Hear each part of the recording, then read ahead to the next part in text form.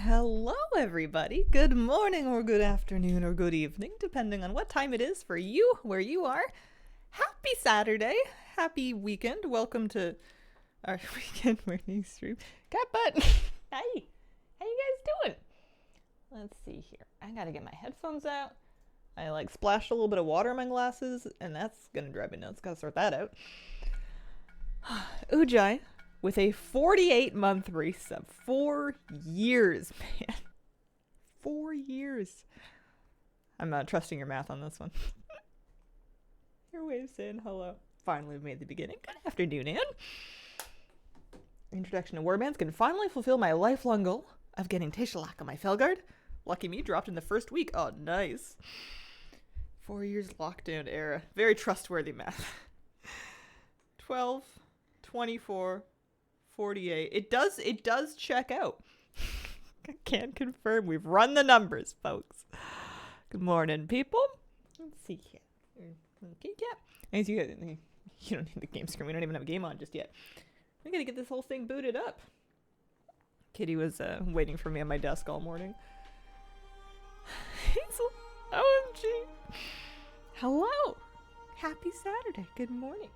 You know it's a weekend morning when you go for a walk and you can just smell people making like pancakes and waffles and bacon and stuff. Everybody breaking out their weekend breakfasts. Yeah, no, I'm gonna have to clean this. Hi, Kitty. How you doing? I'm not gonna smooch you because I just put on lip gloss and you're a cat, and I feel like that would be a big mistake. YouTube video and remix leveling got me 2 new 70s yesterday. Nice. I had a nice morning. I was not in a big rush this morning. I didn't do anything too crazy, and I got to sit down and have my coffee and watch some of the track and field Olympic stuff from yesterday. Just kind of skimming through it, catching up, watching all people do all kinds of crazy stuff. Come out with a 20-month resub. Hello, hello. Happy Saturday. Hope you're having your weekends off to a good start. Priest Holy Nova, a lot more fun than I was expecting. Turkish Dad is a huge meme now. Greetings. Weekends are amazing. We're having some lovely weather. Keeping caught up, enjoying watching the Olympics, surprising for me. This is the most, I don't know if it's just hitting me at the right time of my life, or if it's just that I figured out how to watch it this year, because often I would be like, well, it's the Olympics, but I didn't, I wasn't set up to watch it, but I got CBC Gem this year. I mean, it's free, but I got the ad-free version. And I have it, I can just browse through all the different events, and I've been spending shocking amount of time just checking out everything, because I can check out everything. Sometimes I watch the primetime broadcast, which is where the news anchors will kind of jump between the different events and show you the highlights for the day, but for the most part I just kind of dig through them and go, what did they do today, and just kind of see a little bit of everything. Completely forgot about the Olympics. Yeah, I don't know. I can't blame American Olympics coverage because I never sought it out when I was in the States. I don't even know how I would have gone about doing that, and now it doesn't matter because I'm not there anymore. Checked out skeet shooting today. That was borderline unwatchable. I would be lying if I told you I knew what that is. My only knowledge of that word comes from to the windows and to the walls, and I feel like that's talking about something else. Shall we do some Radiant Echoes grinding today? I don't think there's anything else that I'm really in a big hurry to do, so I think we may as well just get to Dalaran and have at it a little bit here. CBC does a great job for highlights from what my quick browsing has found. The clay discs are thrown in the air. They shoot them with a shotgun. Tremog Farms. Hello, Scarlet. Aesop, thank you very much for the 8-month resub. Hope you're doing well. Glad to see you guys here. I'm so lucky that I can sit down in the morning and turn this on and there's people. There's people on my computer screen. Wish I could use my remix tunes. Yeah, they're locked up for a long time. This is half done. Oh yeah, that was the other thing, is I was considering maybe just trying to finish smashing that out. I don't know. I was kind of having fun doing gold world quests yesterday. I was very satisfied by every like 500-600 gold I was able to scrape out of him. 16 more days. People for now, until Twitch replaces chat with AI to keep all streamers company. Listen, they gotta... Nah, I'm not even gonna say it. Got the recruit shield pretty quick. Bringing my level 66 gives you the other faction shield too. Okay. Good to know, good to know. People with a shotgun call for a clay thing to be launched. They shoot at it, and all the while you see literally nothing of what is going on. Yeah, some of the stuff is easier to follow than others. Radiant Echoes over this way. We're in Dustwallow Marsh today. How do I get XP? Did one event. Killed the boss. First time had the quest and all. I'm not an expert on this, but I feel like doing these little mini events is a main source of the experience, and the trick is finding the ones that are just kill one guy. So this is Memories of King Gordok. It's going to be like one ogre, and finishing that gives you credit for completing a mini event. I think the idea is just to chain the mini events together as quickly as you can. So partly there's just flying around and doing them, but some of them go faster than others. So keep getting a feel for which ones are the quick ones, and then heading right there as soon as they're up, which you can just kind of like check the names of them on your map kind of thing. Memories of blank name is usually a good bet, because that's typically like a memories of Hog or memories of Stitches. Memories of Kazrilla is just like a boss to kill, and those ones are favored and they go down faster. Single bosses are tankier, but the events are better. The play is now to do the AoE killing smaller mobs. They keep changing it. I can't keep my advice in date. Full level doing one of the events is what I've been getting at 40 plus. Searing Gorge is great because Hogger, Hakar, and Stitch is small zone. Okay. I'll have to try like a handful of different events today and see what's up. Also, I need to make sure I go pick up the dailies. I never did go back and do the third one yesterday, so I'm just gonna do all of them today. The Keon event in the swamp is number 1. Okay. Who knows what it's gonna be tomorrow? They keep changing everything. They are dailies now. They used to be weeklies. They have changed it. You can only do them once per day per warband. So like your account can do each of the 3 zone dailies once in a day, but they do refresh every day as opposed to once a week. But they've been hot fixing changes into this event pretty rapidly, so we can all be forgiven for not being 100% up to date because this thing's changing real fast. Plus, I'm just not as in touch as I used to be. So Lazy Peon's down south. Let's go check that out. 225 memories for that. And maybe after this I'll go pick up the quest. It also probably won't be the last time that I kill whatever the boss is. Anixia.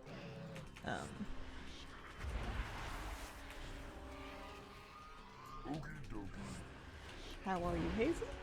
I'm doing alright. Thanks for asking. I'm doing okay.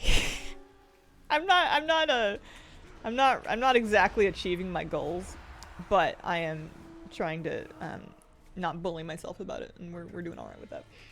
Sympathize with feeling out of touch.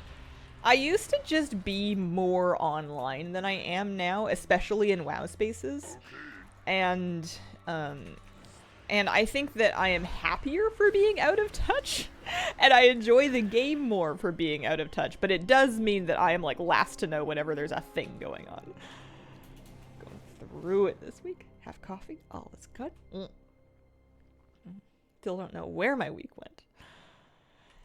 Yeah, it's been busy. So Swamp Eye, Spider Eyes, Zen's Bidding, Memories of Mosh. I'm still gonna try that. I know it was like super tanky, but I'm still gonna pop by the boss one. We'll stop and pick up the daily first. Nothing wrong with that, as long as you're content with it. We're working on contentment. Contentment is a work in progress. Here we go. Get the daily for Remembered Anixia. You went fishing. That was this week. I went on Monday and I took a video and then I posted it a couple of days later because I remember taking the video and being like, I'll post this once I'm not here anymore. Not that you can see anything about where I am because it was super foggy, but then I like forgot for a few days, so I was like, I'll just put it up. That's fine. Moderate acceptance. That was it. That was it. I'm gonna be the master of messing with timelines and social media. I'm just going to record a bunch of stuff and put it out when I remember to. Which reminds me, I need to get caught up on stream VOD posting. Sometimes I just get like allergic to the desk. I feel like the office feels scary, which is really unfair because nothing scary happens in here, but I think I just need to get back to basics. Something like that. Katie doesn't think it's scary in here. She hangs out in here pretty often. I will, when I am done with yoga in a day, I will like wipe down my yoga mat with a damp cloth, and then I'll kind of like hang it out to dry a little bit. And she likes to climb on it while it's drying because I'm more or less draping on the floor behind my desk. It's about as good as we've got. Quellen Quilbor. Memories of Gazrila. Big plays to have a style change like a haircut. Post videos pre-cut. I have footage from when I first installed foam sound absorbing panels in my office. I was gonna make a video talking about whether like I apparently I'm still gonna because I still have this footage, but I had big plans for a video of before and after like sound clips, trying to show how big of a difference they make for streaming and doing different testing and stuff, as well as showing like installation what they're like. And I recorded that video. When is that footage from? I think I might have a pink, like a really short pink buzz cut in it still. I think it might have been dyed. Let me go. OBS recordings. Temporary archive? No. Where did I stick the footage for it? Is it in my camera import? It must be. Yeah. When are these from?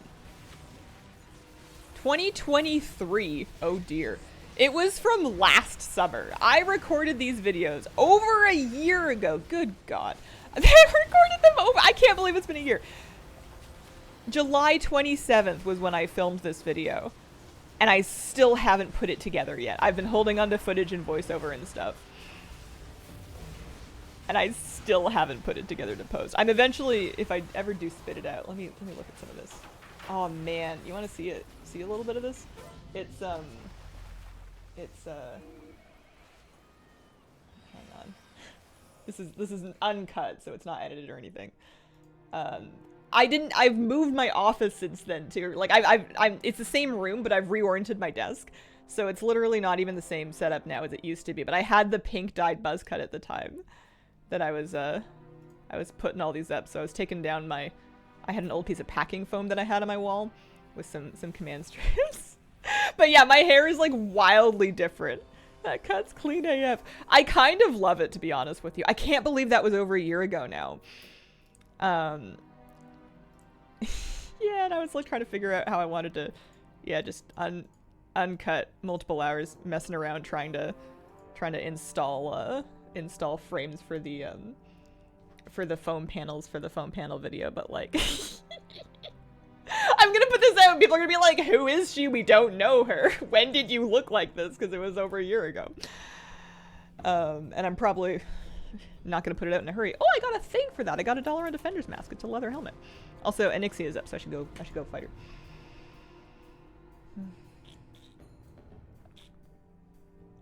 As long as you don't go full circle and accidentally post an old video on the day that you go somewhere again.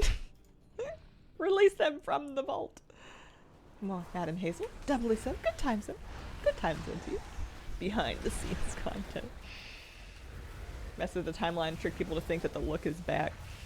I didn't hang on to. I did a declutter in the last year, and I did not hang on to my hair bleaching and dyeing stuff because it was getting a little too fussy for me. I liked it a lot when it was. I liked it a lot at a certain point in its timeline, but I decided that it was just comfier having just like my natural colored short hair for the moment. You never know with me.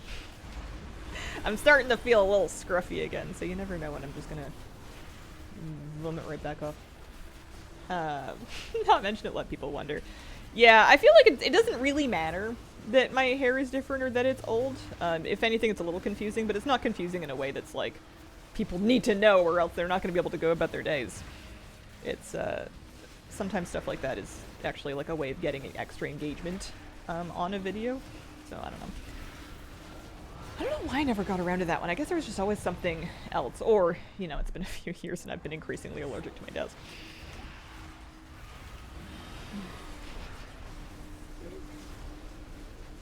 Part of the excitement of a Hazel stream. What will she look like today?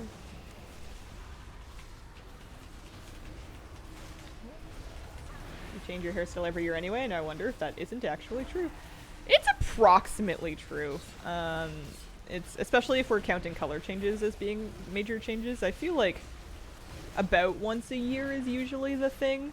We did, although we only did 6 months of the wig life. I was gonna wear wigs for a whole year, and I got through 6 months of wearing wigs, and then I was like, you know what? We're gonna put those away. I've had about enough. This was cute. This was fun. I'm over it. Keep them guessing.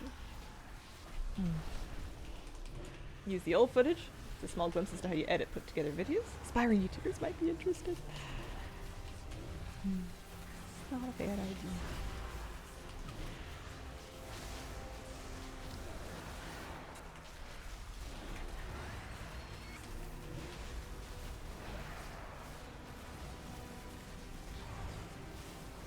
Oh, thanks, Widdly. I've been working on disconnecting from my vanity in the last number of years and trying to just appreciate myself as a person and for like capability and functionality, and I don't know. Feeling it's come about that I've found that I can feel very cute even if I'm not with like the long hair or like, you know, XYZ clothes. I found that as long as I'm clean, like, you know, shower, wash the hair, etc. If I'm clean and I'm like, you know, well rested, then that's kind of the dream. that's kind of as much as I can really ask for.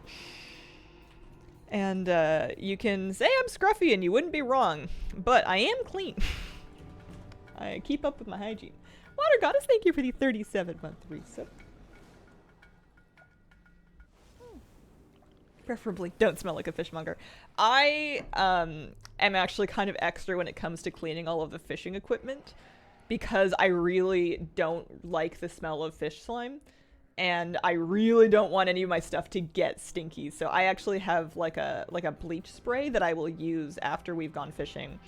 I will lay out all the equipment and I'll literally bleach it and then clean it. And it does a real number. It takes the smell right off of it, which is great. Because I love fishing, but I do not want to smell fishy. So peons are down this way. We can also we turned in our quest, didn't we? I got an impaler for all of my impaling needs. Oh, it's gorgeous. Have we seen this? This is amazing. That is a polearm. Two-handed strength polearm. That's awesome. It kind of goes with my outfit. What you call scruffy, I call a fun tousled one. It's been fun kind of trying to figure out how I want to like style my hair. Obviously it's short, but it's long enough that depending on how it dries, it can do wildly different things. So I've been more or less just kind of like keeping it slightly, I put a little bit of curl spray in it and then keeping it mainly forward and trying to be more or less contained, but like you can like really like, it can go places. It doesn't look like it, but it can. It has an eye on it and everything.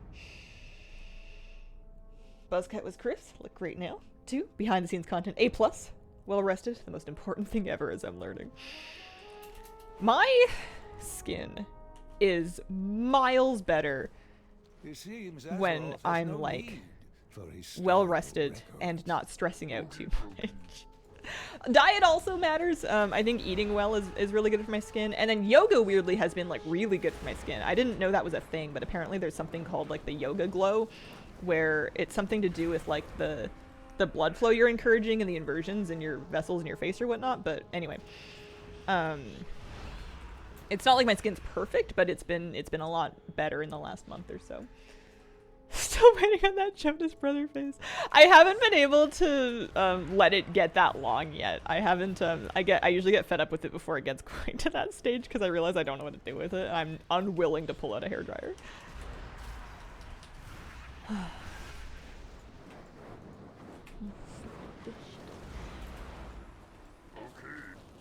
Okay. Get these lazy peons back to work. So how are we doing? We have 11k memories, which means I can pick out one of the pets off the vendor. The next 3 things I'm going to buy for 10k each are going to be those 3 companion pets. So I'll probably go pick one out soon. After I have the pets, I probably will continue playing the event until... I mean, people say they've already farmed like 100k currency off this, so it must be reasonably possible. I want to at least finish all of the transmog. I want to learn all of the transmog. I'm not going to go out of my way to get more catch-up gear after having got all the transmog, but I imagine I'll have some duplicates by then because of things just dropping on top of buying them. Sad, but also not sad that the pets are unique. Stress is a major cause for many pets. It is, and it's like not helpful. You know, it's a surprisingly tricky one to get out of. I guess it depends on your life and where your stress is coming from. But for most people that are really struggling with stress on their body, I feel like telling them that they really shouldn't stress as much is not helpful. Not that you were saying that to me, but just in general. Like, it's a surprisingly tricky thing to stop doing because, like, you know, if anything, it's kind of stressful to be told that your stress is messing you up. What was your favorite pre-patch? The Shadowlands one was kind of alright with the Northrend event and the bosses that were up there. That was fine. I don't usually love pre-patch events. They're usually passable. Finding the farm meditative now that it respawns instantly. New expansion coming out, general life stuff. I think it's everything. And it's always. So like even if it's not an expansion launch, I am just working to find peace with my mind and my life and my everything, I guess. And it's a long process that is a lot harder than I anticipated it would be. For a long time, I was just kind of like, I'm cool, I got this together, I'm fine, and I wasn't super fine, but I was just kind of like trying to shove it down and not pay attention and push through it anyway, and I hit a point eventually where it just wasn't, I couldn't do it anymore. And trying to like work through that and build back up to a point where I can actually be fine in doing things as opposed to just pretending is more challenging than I thought it would be. But we take one day at a time.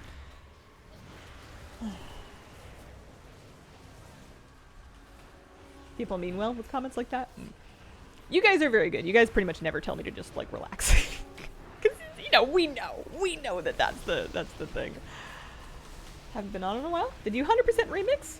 I 100% did the remix vendors and the hunter weapons. And then I got most of the priest weapons. More than half of them.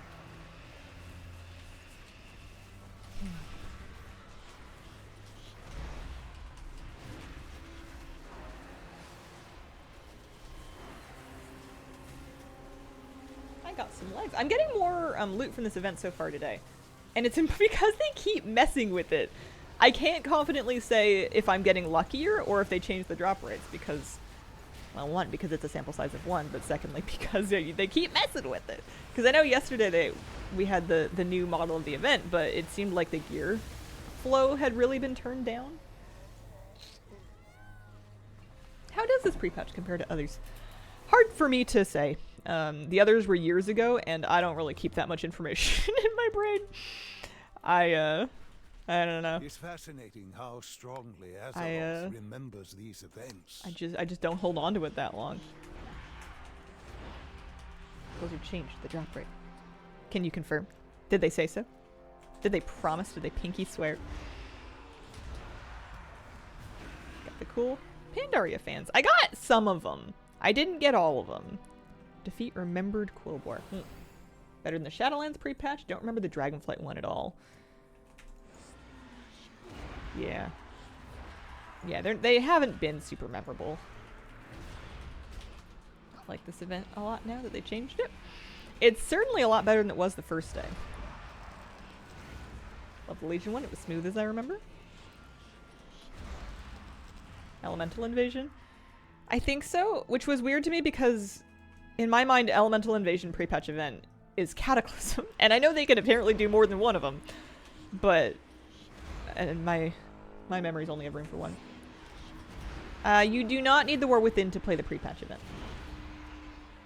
Tops all of them is Wraths. Wraths was so controversial. I feel like people got so out of hand upset about how disruptive the Wrath Pre-Patch event was, that they made him kind of boring ever since because they wanted to not disrupt people that were just like going about their lives. So they didn't do anything that was going to really demand too much from people.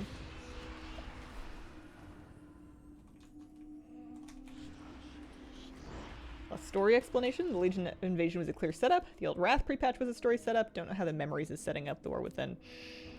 I might know if I had read any of the text that was going on during the Heartbringer quest. I know Magni. Is it Magni? Mr. Diamond.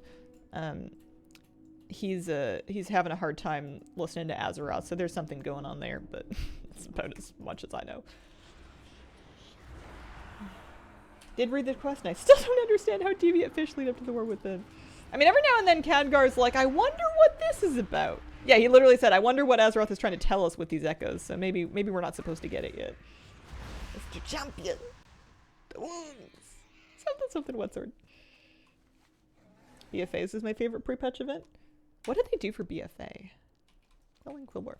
You know what's odd? Is sometimes I'm getting this. Oh, maybe it is over. No, it's still up, but like the thing went away. I literally just got. Oh no, never mind. I didn't. Or did I? I don't know.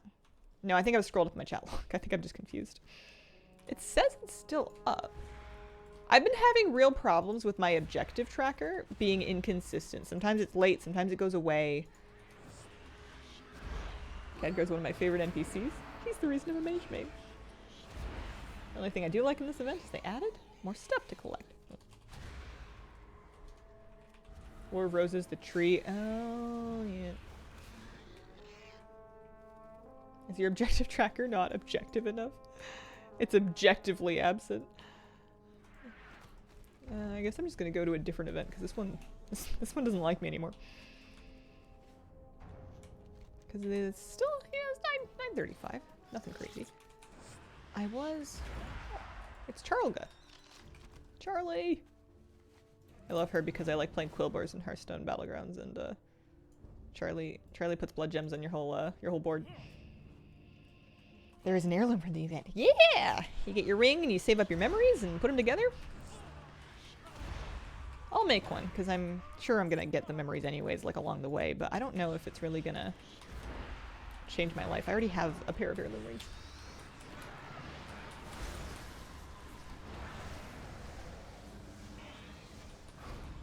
Quillbores aren't dense enough, having a hard time gathering them.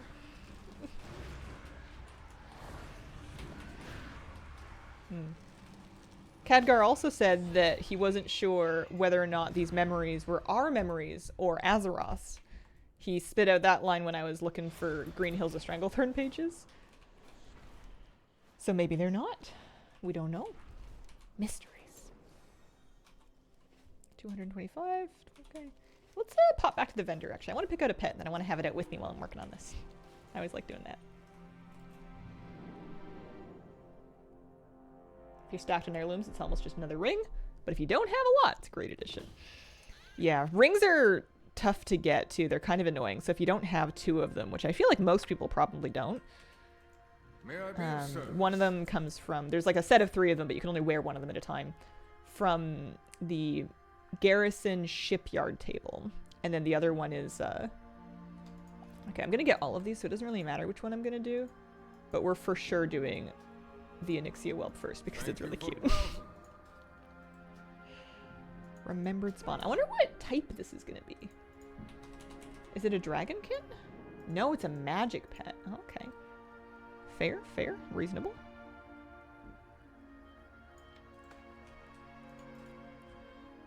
Oh. Come along.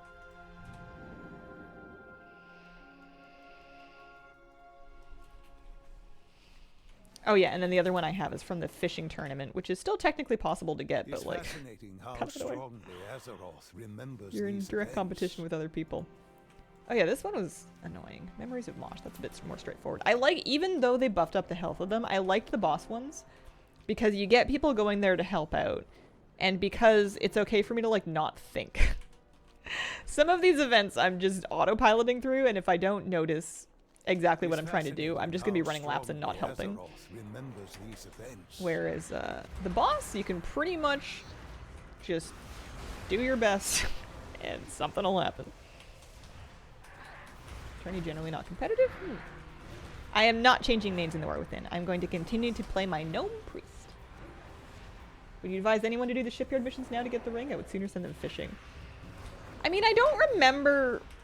The problem is that I did the ring from the shipyard. I did the shipyard rings during WOD, so I was doing the shipyard anyway, so it didn't seem like a big investment of my time. But I think that if you're going back to do it now, comes across as a lot more onerous because you're going back there constantly when you're not there naturally. I changed my Warband camp to being all gnomes, and I may enjoy it too much to actually change it. So it turns out the boss isn't so bad if not that many people tag it, actually. It's fascinating how strongly Chunk of gold, though? remembers these events. Oh yeah, the ships could be destroyed, that's right. Alright, so I have 2,800 residual memories. Oh, it's over. New one should be spawning in a sec. There must be more than 3. Oh yeah, Mosh is back up. And we're saving up another 10k for the next pet. We'll have to pick between Stitches and the River Paw. I feel like the A-bomb's gonna be last. That's crystals to the pylons. That sounds fiddly. It seems Azeroth has no need for historical records. Have they talked about giving us an option to change the Warband background? They've mentioned that they want to, in the future, give more backgrounds, or make more backgrounds available to earn or collect. So that could mean trading posts, that could mean cash shop, that could mean achievements. We don't know exactly when or how many or where they're from. They didn't announce it as like, this will be in the first patch or anything like that, but they did say they have intent to give more options.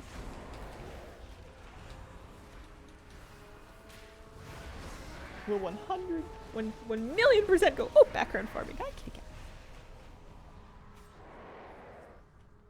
They showed us examples. One of the Warband promo images had a Zakir and Tor themed one. That's cool.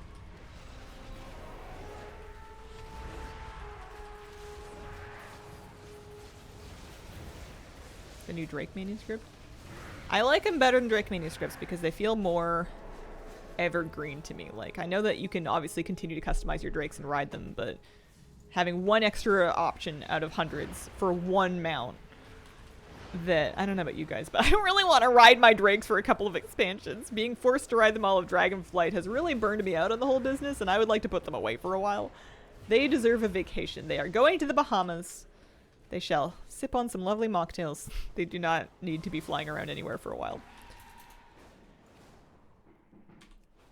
Kitty Cat War, thank you very much for the 7-month resub. I just got home from being in Chicago for a month. Welcome home. That has to feel real nice to get back to like your own things in your own bed. Feels so good to have my Warlock on our Gloomhound again. I want a Stranglethorn background. I would kill for a Borealis restaurant one. What do you think would make these events more fun? I think they're about as good as they're gonna get. Solo content instead for some challenge? I don't know. I think for an event like this, you know, it's not intended to be a mage tower. There's not really time for them to tune it tightly enough to make it difficult but fair. I think making it really challenging would just make it frustrating for content of this format. I think there's definitely a place in the game for challenging content. I don't think the pre-patch event grind is it, though. I'm effectively looking for loot pinatas to celebrate people coming back and getting ready for the next expansion. Who would you kill for? There's a question.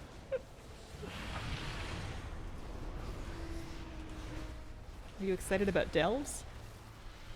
I am pleasantly interested in Delves, I think, is how I could term my excitement. I am professionally curious. Pre-patch is the time for wacky fun. I felt a ghost recently.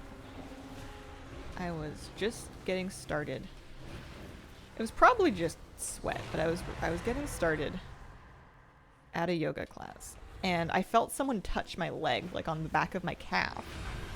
And I was like, well, that's strange. And I look around, and no one's anywhere close to me.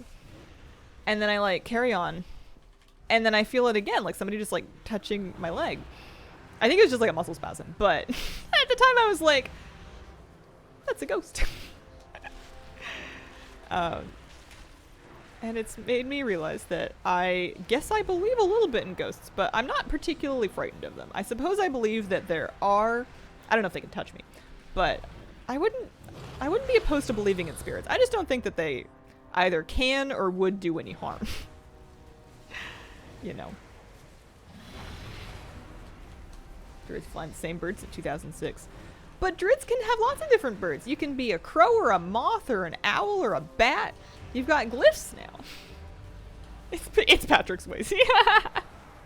He's come to see me in particular. If you did goat yoga, could have been a goat. Yeah, but I didn't do goat yoga. That's the thing.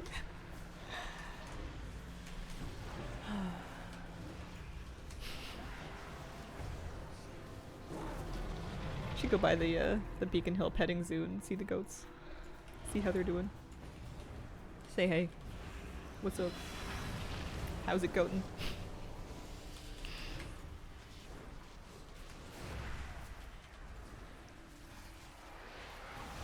I won't though, because it's a popular family and like children's attraction, especially in the summertime.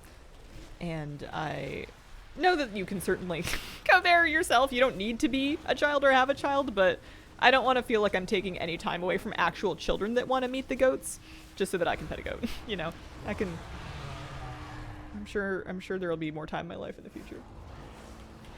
Imagine doing downward dog and a goat jumped on top of you. I feel like you would hurt. Like that would be injurious. It's a cute concept, but it's not. It doesn't really have anything to do with yoga. I feel like it's very gimmicky. I wouldn't go as far as to call it disrespectful, because I think it's just fun, but it's also not what I'm doing. Time for you too, if you want to go. Small goats, not like a mountain goat. Unless you hog the goats for hours. I just set up camp, I sit down, I gather the goats around me for a tea party, and I go, listen, kids, you gotta wait. Get your own goat one day when you have a house and a yard. I appreciate the optimism that I'm ever gonna have a house and a yard.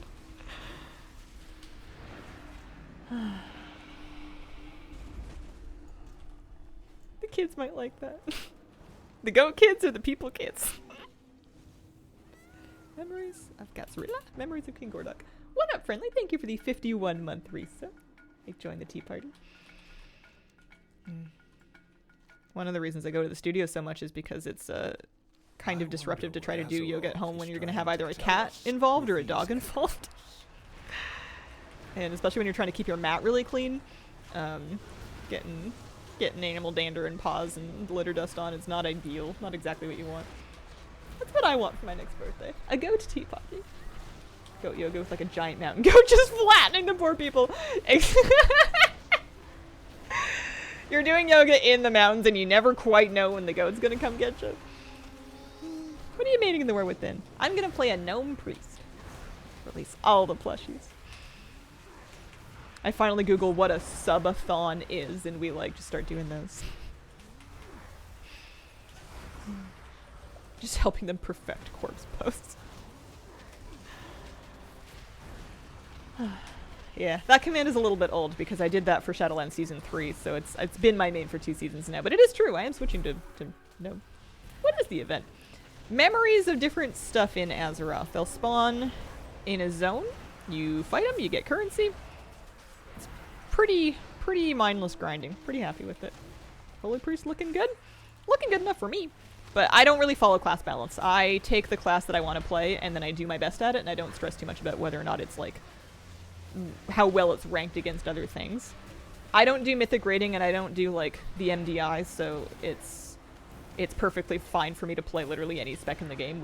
You can play any spec in the game well enough to get like AOTC and, you know, mythic plus portals, which is pretty much all I really want to do.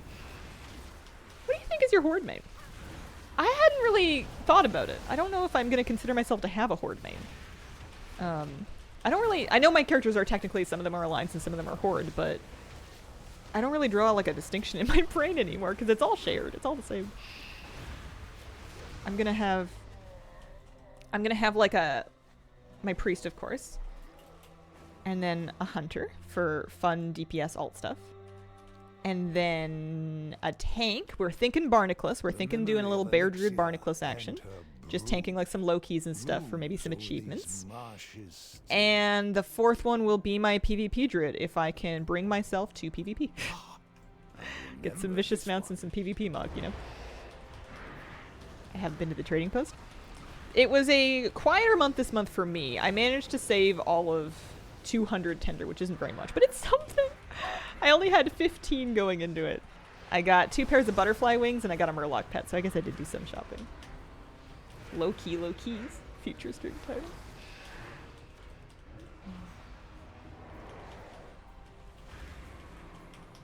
Just realized it's August. I know.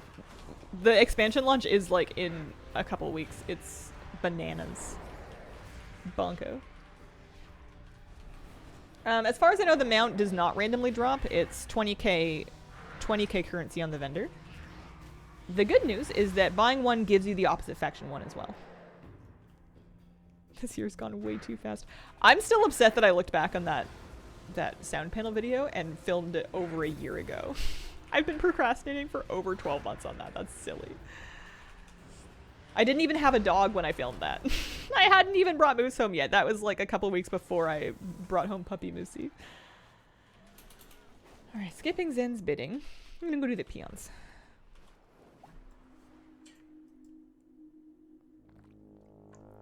It's cool to have your Rusted Druid up there. Quite iconic at this point. Historic. I just need to give myself permission to play badly. I just need to, I mean, I'm gonna do it whether I give myself permission or not, but like just kind of loosen up and have some fun and not stress too much about doing everything perfectly and just kind of get out there and play. If I had done that this season, I would have had the Vicious Mount. You don't need to be very good for Vicious Mounts. I'm not trying to like, I'm really not going for Gladiator. Did it make a big difference or will we have to wait for the video to find out? The spoiler is that it made a small difference. It did not make a massive difference. It would maybe be more noticeable if you were comparing a completely empty, super echoey room to the same empty room but with the sound panels. Is basically the gist of it. Like, I can tell the difference in the sound samples. And it's one of those things that, like, you're not going to wear them out. You know, you put them on your wall. They're also movable and removable, so when I do move, I can take them down and I can move them to a new place. So it's like a one-time investment that gives you, like, a 1% buff to your sound quality forever. But it wasn't, like, crazy. The most important thing is just to make sure your room's not empty. Get some furniture, get some rugs, get some curtains, put some stuff on the walls. The plushies help, like, the pillows and the squishmallows help. You just want to, like, break up all of those hard flat surfaces that reflect sound, and things that are like fibrous and textile-y help as well. So it's more about just having not a box, especially because it's not like I'm recording, like I'm not trying to record, like, lay down music tracks or anything like that. I don't need like the super expensive sound treatments. I just need it to be not super echoey. It is also entirely possible to go too far in the opposite direction. Well, I mean, too far is subjective because sound quality is subjective, but I find that you can go too far in the opposite direction, and if you really, really over sound insulate and like foam your space, you can end up sounding very muted. Like the sound leaves your mouth, hits the microphone, and then just dies, and it sounds a bit unnatural. That's a sound that some people are going for, and there's nothing wrong with it. But I prefer, I don't know, it's just not my thing. Which is a great excuse for me to not spend too much money trying to ultimately sound buffer the whole room. Easier said than done. Yeah. Wish they made Glad just a little bit easier. It's easier than it has been. It's, you know, having it on a rating threshold as opposed to a percentage threshold means that depending on how inflated rating is, it'll be easier or harder in a season. I've still never gotten it. I would need to be having fun in order to even think about trying for it, because the only way that you get good enough to get within range of it Unless you're just naturally really talented, and we don't know her. Unless you're good enough the only way to get that good is to play a lot. And the only way for me to do something that much is if I'm enjoying it. If I'm not having fun, I'm not going to keep doing it. Especially because it's not like I'm going to grit my teeth and grind it out for fame and glory. There's really arguably not very much fame and glory for me there. We have about as much fame and glory as we're liable to get just from farming mounts. And that's a lot easier and more relaxing. Here's acoustic art panels. They look beautiful. So this man's quest is not going as fast as the bosses for me. Maybe just because there's not a lot of people in this shard.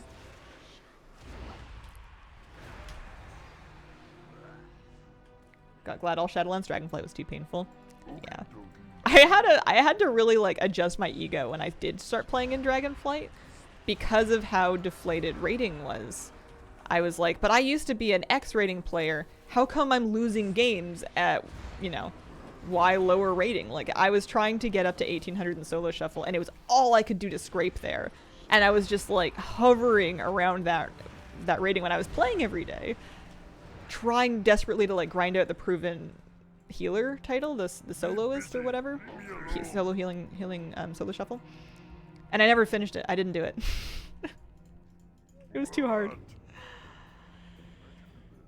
Did you have to do the same for Mythic Plus?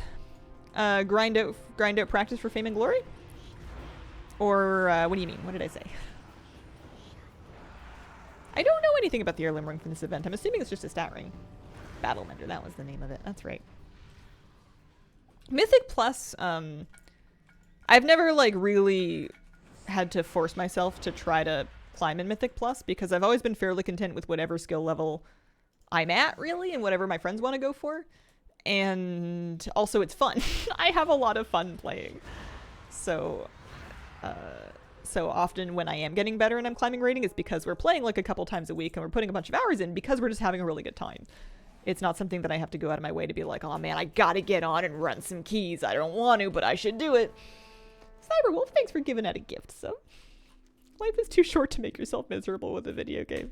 Amen. Oh, adjust after the squish. That's true. I don't do 20s anymore now. That one didn't get me as much because that was something that like Blizzard publicized as a goal, and it was like a very obvious big change. It was an adjustment, but my ego didn't take the hit because the deflation was like not something that they were like, hey, we're gonna keep rating squish this season for whatever reason. It's just that, I mean, I don't know why it happened. I'm sure there's a million reasons. Got keys to master once, never again. I was so nervous, my heart rate was at 160 during the key. Holy smokes. Mythic's not for me. Yeah.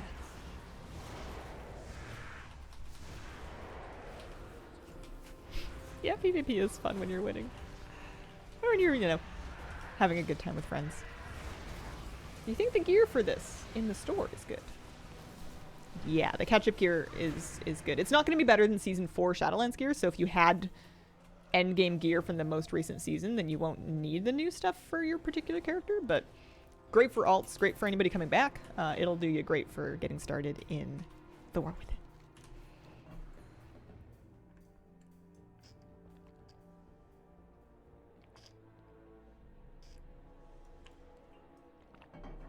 What a peculiar memory for I typically only pug Mythic Plus when I'm like really into healing keys. And I just want to heal more keys than my group has time for. Like, I just want to do some in the morning on stream sometimes. And I'm like, you know what? I just want to practice this one key. I just want to buff up my score a little bit in this one area. I really need, like, a tyrannical of this key or whatever. And I'm just going to, like, look for them. And I've been lucky in that I haven't really... It's very rare for me to come across toxic players in Mythic Plus pugs. But I also don't pay hyper close attention to chat either. But there's a... Yeah, it's been generally pretty alright. Found out my character currently sits at 406 when I logged back in. Some big upgrades from this stuff then for you. I wonder if I'm close to having enough memories from all the different things to do a ring. I must be not too far off. Ah, I remember this one. Toxic players not super common, but they stand out. Yeah, and it's, you know, it's all very good and easy for us to say, well, you know, don't shake it off. Don't worry about it. It's not about you. Those people are awful to lots of people. Don't take it personally. But it's hard not to take it personally. Depending on what format of content I'm doing, if I feel like there's liable to be flaming, I just preemptively tap out of my chat window because it's a lot less mental effort for me to shake something off if I never read it. So I just, like, you know, you don't have to let messages from anybody else show up on your screen. You can filter them right out if you want. There's add-ons for that. Hi chat and PvP, yeah.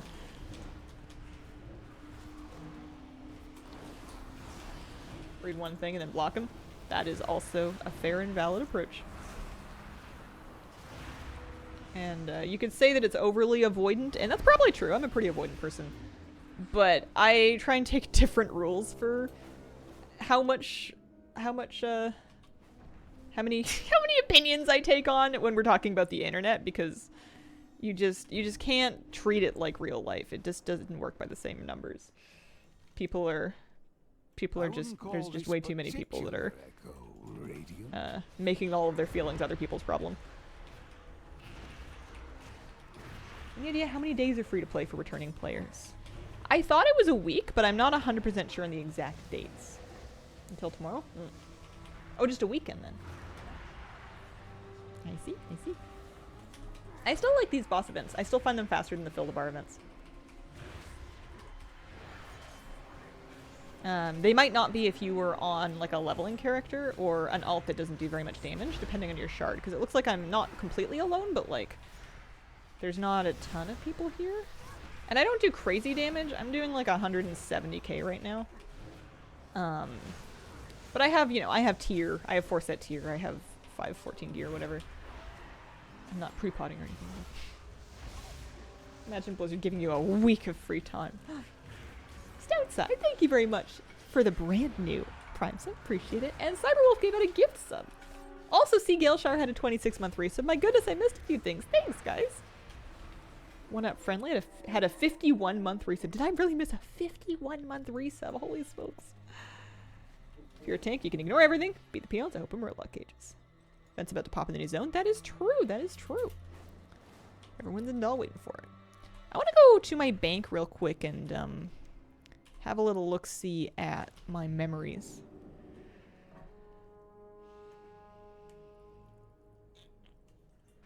If we're ready to make this ring or not.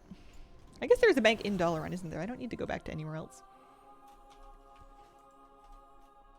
I'm sitting on 6,000 residual memories. I'm pretty happy with the rate at which I'm getting them today. I'm glad they made the event kind of grindable. You don't have to grind it. You could do just fine doing each of the zones once a day. Do the dailies. That would have been a good way to get currency, but it's nice to feel like you can grind in.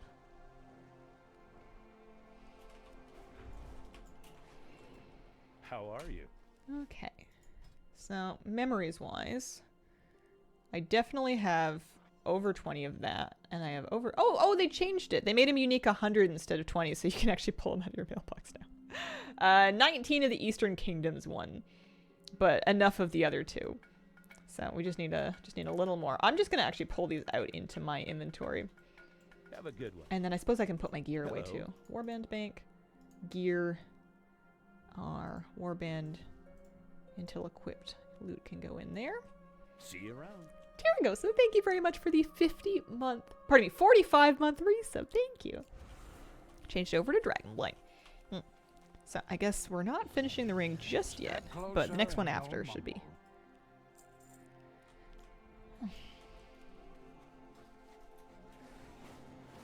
So we go out there, we pick up a new daily quest. Then with the collectibles, mount pets, ring all done. Nice.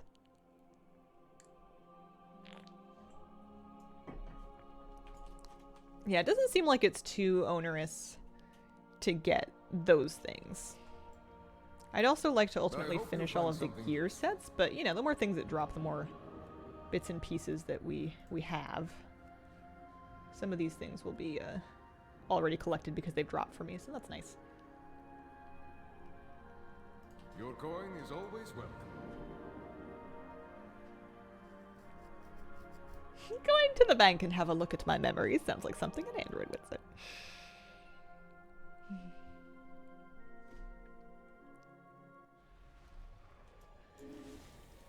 Stay your arms. I yield. In the mountains.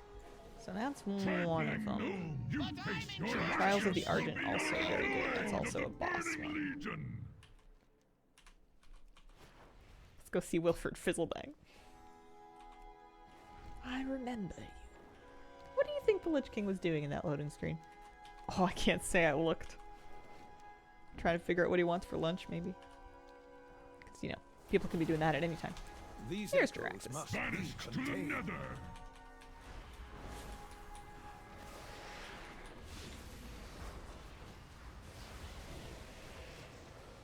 Originally the gear could not be converted into tier, but with the update, they now can. It's a very good tip. When you first started your online career, were your parents supportive? And if not, what helped you keep going? Dealing with a lot of backlash from mine, stressing out about it. So, when I started, I was not relying on my parents for anything, so it didn't really matter. Also, it was kind of parent. But it didn't really matter if she was supportive or not, because I didn't, you know, it's not like she could, like, I wasn't living with her, I wasn't taking any money from her. Also, she was lovely. She didn't know for a while. I didn't tell her for a really long time. Because I don't know. It just didn't come up. I wasn't a big sharing things with my mom kind of person. But then when I did mention it, she's just always been kind of happy if I'm happy kind of person. But it's not like she had to improve my life choices because she wasn't paying for any of them. When I went to school and I dropped out, it was on my own student loan debt.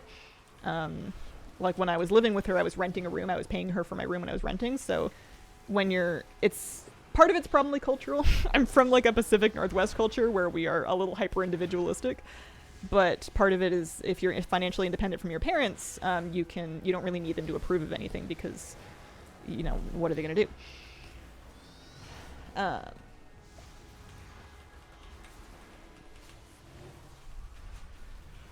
But yeah, part of it is maybe, I mean, things that could help would be maybe helping them understand what it is that you're trying to do and why you want to do it. And then maybe showing them like your safety steps as well can help. Because I know some parents would be concerned like on a safety standpoint, because it can be very dangerous to make yourself visible online. So talking about how you handle, well, I mean, without freaking them out too much about what could happen. Talking about how you handle your data security and stuff. Time for nostalgia, champion. Pacific Northwest culture, very much you do your thing. Yeah, and I'm sure lots of families are different, and it's not like a universal story. But we were expected to be pretty self-sufficient as soon as we were grown up. And then along with that came the understanding that if you are on your own, you're doing your thing, we don't really get to tell you how to live your life. So I'm sure my mom is there for me if I ever need to call her and talk about anything. But yeah, we were raised to be fairly independent. It stressed me out a lot when I was young, but I appreciated it more later. Dad sees it as just me playing video games. I remember you. What a peculiar memory for Azeroth to In show. the mountains. What is this? Where am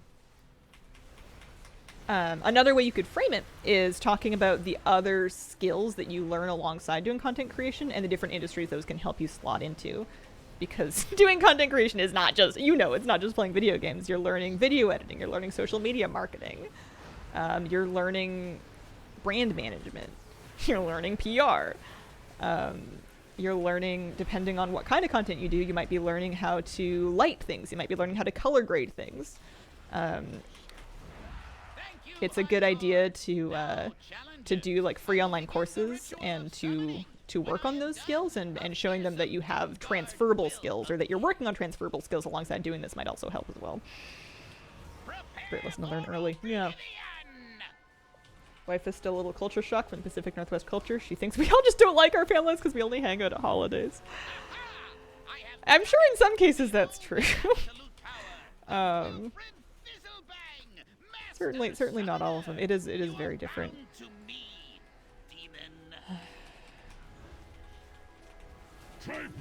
I have a horrible habit of just not thinking about reaching out to people as well to like make plans to see them. So I end up not seeing people as often as I would like to because it just doesn't occur to me, or like I'll think about it and I'll be like, oh man, I should really call so-and-so or text so-and-so to catch up.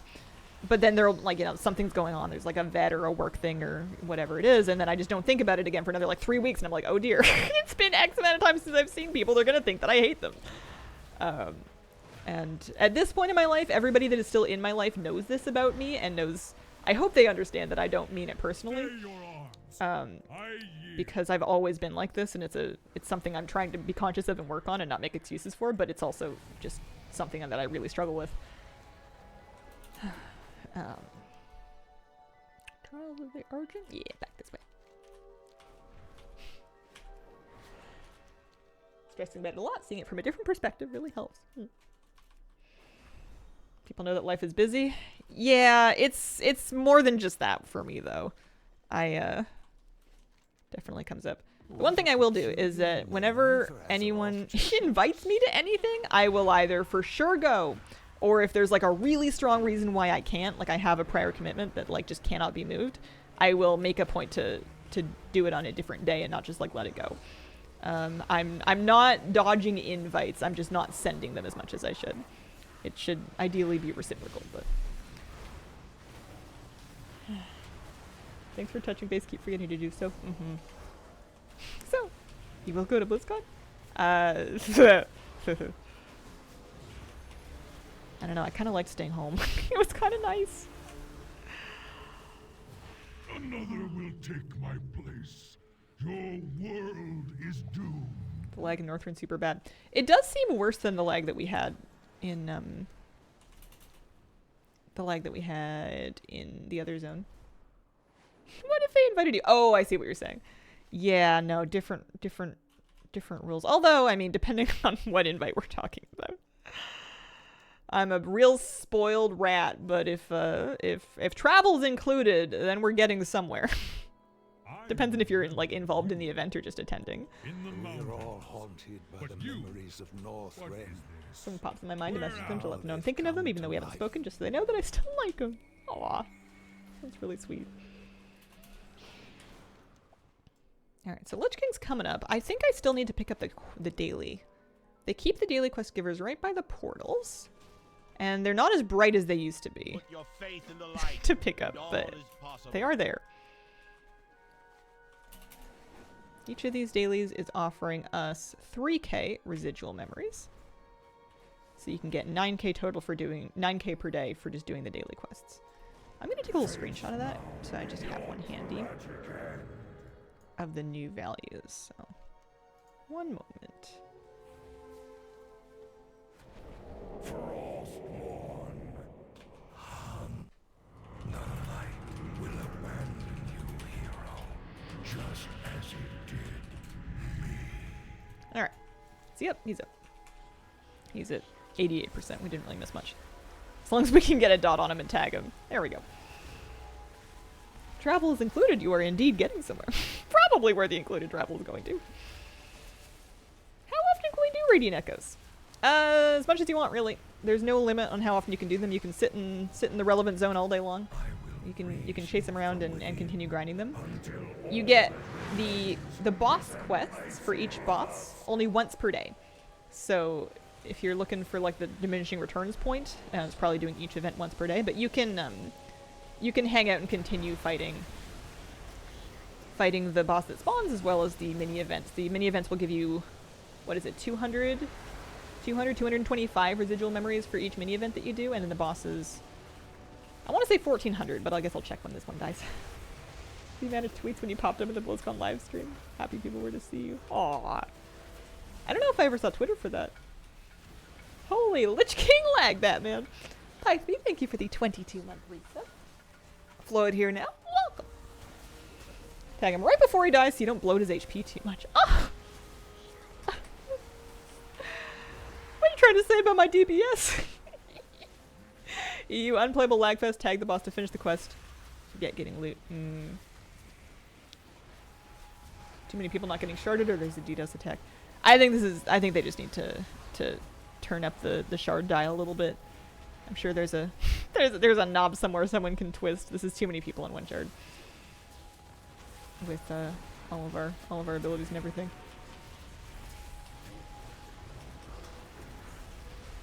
It's also, because it just came up, anybody that was waiting to just do it once at the top of the hour will be here. It may settle down a little bit after the first, like, 15 minutes. Future boss kills may not be this laggy, because I think this will be the most popular one of the hour. EC2 instances are expensive.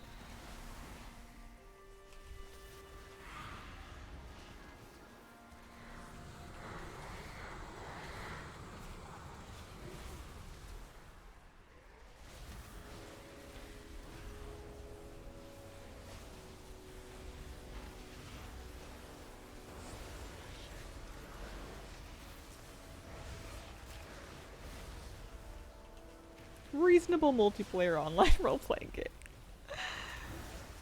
Yeah, they shouldn't put this many people in a shard if they can't handle them, and clearly we can't handle them. Yeah, they changed it so the boss spawns more than once. It was not always that way. Early on, the first one was the only one that you were going to be able to do. But now it will continue working, so the little events will come back up, and then once the bar is depleted, the boss will spawn again.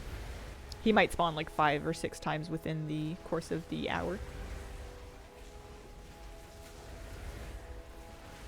But lag with it. Well, you know, it's a good chance to admire your transmog and how cute you look in your outfits. One thing I've always appreciated about Inksy is that she always looks very determined. She's got some serious game face. Mine was.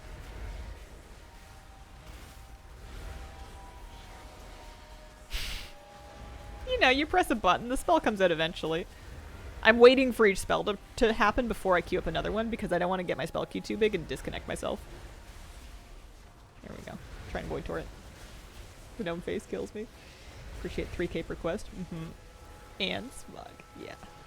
The priest idol face in combat where she's like levitating. That one. So smug. Love it. So arrogant. Is that a thing? I don't know if it's a real thing, but I guess it's just kind of a coincidence, right? Like, often if you are lagging, you're getting very behind in your spell queue, and sometimes when you're lagging, you disconnect. I don't know if it's true that doing too many things while you're lagging makes you disconnect, but I usually take it easy just in case. Stop by. Thank you for getting unstuck with your guides for the majority of my life. Aww. Thanks for watching them. Majority of your life frightens me. I know that I've been around for a few minutes, so it's possible, but yikes. I'm not ready to be. Ugh. Well, I guess I'm a little crunchy. Anything while there's too many other people doing too many things at the same time? If I mount up, I disconnect. Yeah. Is the lag better than yesterday?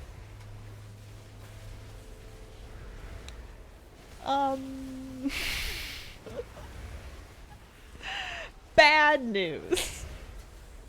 Count half my life? Yep. Oh, man. My goodness. Yeah, not at the top of the hour. I'm optimistic that the next rotation won't be as bad as this. Fine, better, yeah.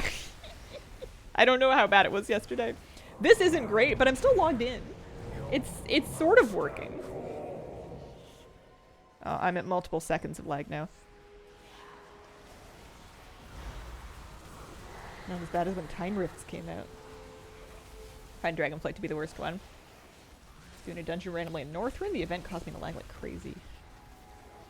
Yeah, I'll try another rotation, but if it's bad the second time, I'll probably just do other stuff until 11 when it rotates back to the next zone. So I got 1400 is how many you get for each boss. Also, haha, two-handed sword. There's an appearance that I needed.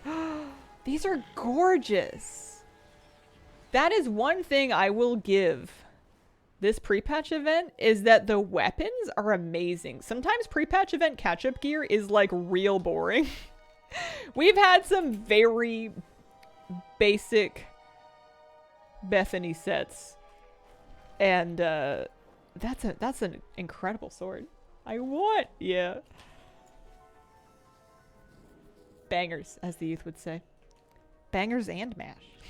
Mog's very epic, loving it. Your dedication to research is admirable. Find the strength within you. Yeah, 56 gold. Opened up my armor chest. The lag made it not drop into my bags. Hopefully it gets into my mailbox. I'm gonna cross my fingers for you. I believe. Lumber collection, Ceratus, tadpoles, cycle of life. Definitely not doing the frog smoochie one. Still don't have it going into the war within Mog. Ah! The way I like to do it is I like to pick one like central piece. Sometimes it's shoulders, sometimes it's a back piece, sometimes it's a weapon. I pick one thing that I'm like, this is so cool, I have to wear it. Let's see, am I lagging still? It's a little better. And then I build the rest of the set around it. Random champion gear, level 62 needs it. Crossbow in my mailbox, nice. Shoulders are a weapon.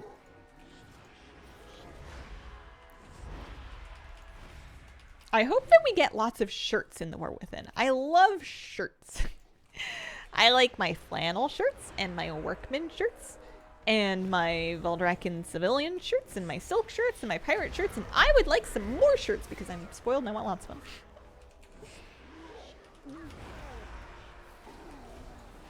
They make for some lovely transmog opportunities. Lovely inter-armor type transmog opportunities. Because everybody can wear shirts. Sequin shirts. What kind of shirts would I like to wear? T-shirts.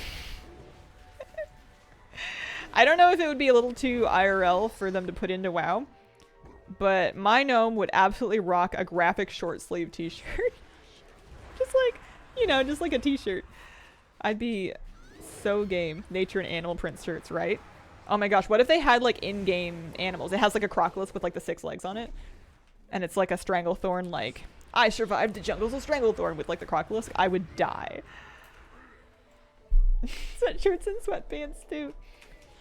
Honestly, I would wear that merch shirt IRL if they decided to make it. That would be a fun concept. How graphic. You know what I mean. Sweatshirts and sweatpants.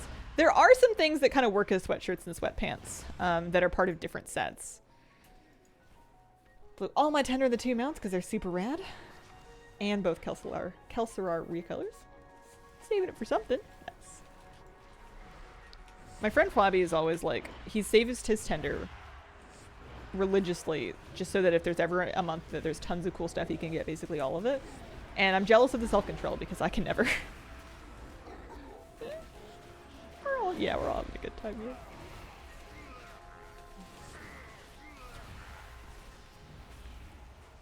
This event seems done, more or less. I mean, it's still happening, but like the tracker went away. I'm just kind of waiting for something to happen. Might be laggy. Love some Ace Ventura transmog. Yeah. Where's my 200 for finishing the thing? Oh, it was... Well, no. Excuse?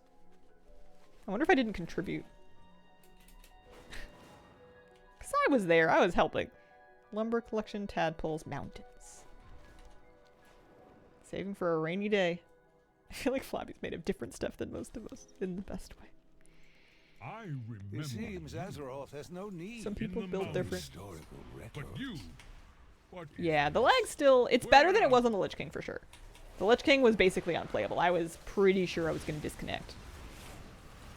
I'm lagging, but not so badly that I can't actually DPS. Seems like a half a second. It's like you got into a raid group, but it was hosted by a bunch of Australians. Did a key yesterday. How did it go? A single key. Congratulations.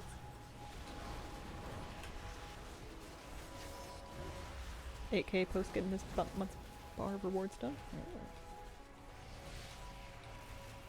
Timed it. Because it was a 2. Well, you did it. 1 key up.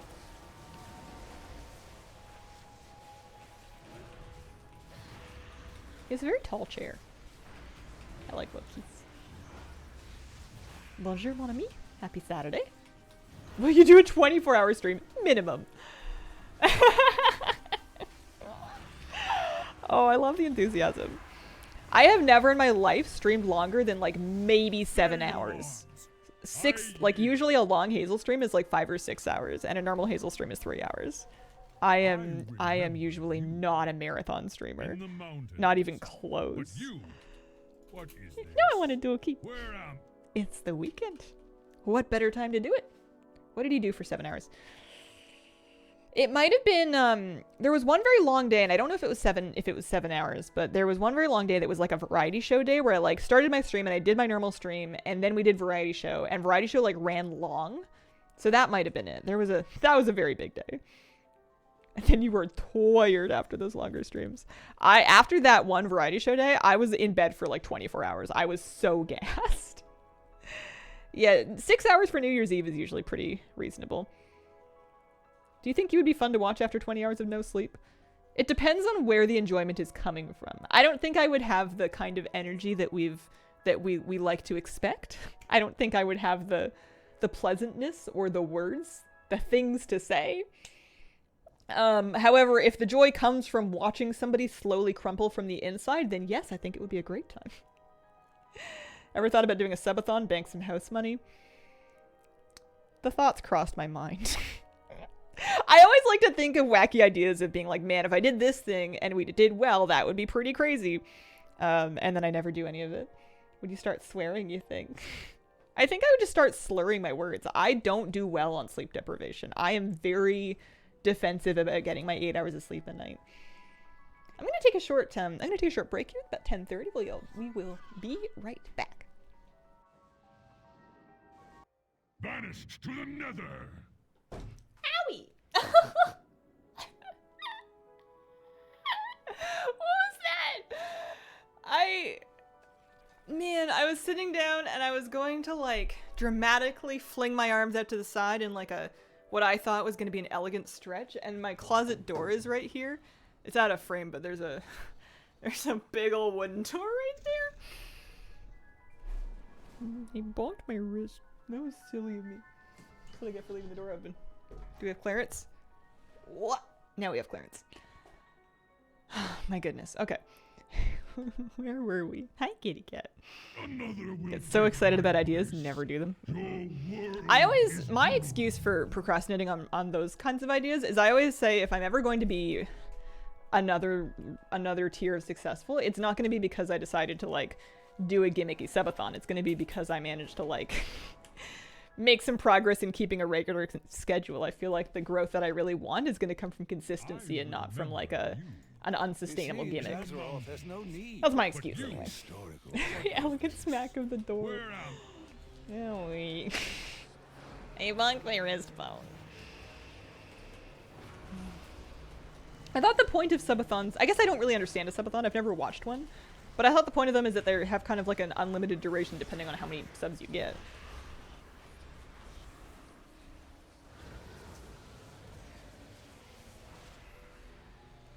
I don't quite, I mean, one of your words got filtered out, so I don't know what you're trying to say. I think it's normal for like a filler season to be quieter.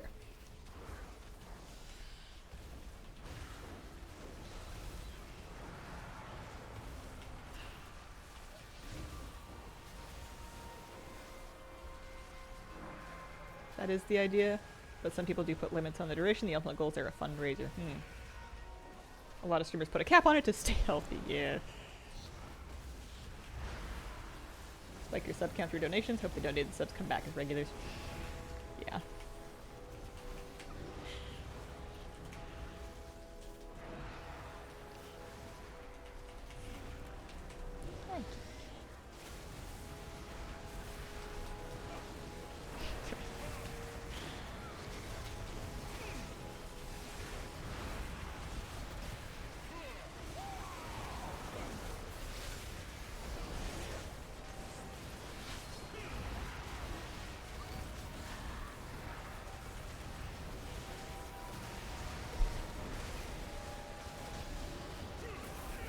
Thought I was not going to spend any tender this month, but I guess I have to get a wristwatch.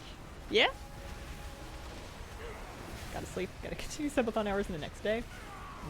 Because I know some people will literally just like I don't know if you're allowed to, but like just keep the stream on while they're asleep and they have somebody else or something else happen to like fill the time.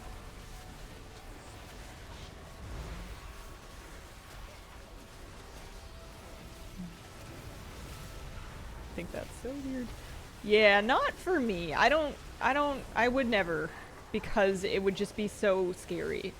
Often I will have nightmares about losing my faculties while live, like either by falling asleep or like being drunk or being busy or like for me not being perfectly like in control of myself and being live on the internet is a nightmare. Like that's scary, because usually what happens in the dream next is like I'm falling asleep, but also someone's like doxing me, but I'm like I can't fix it, you know.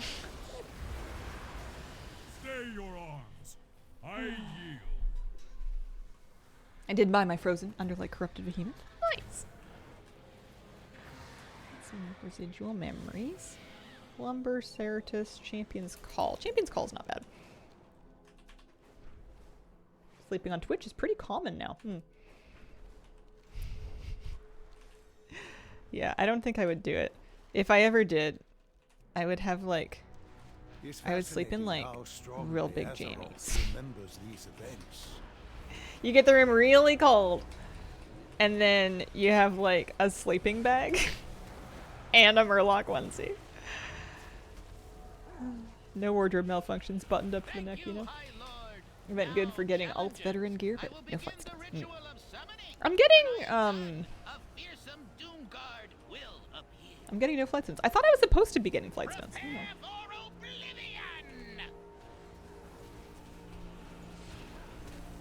You get crests, yeah.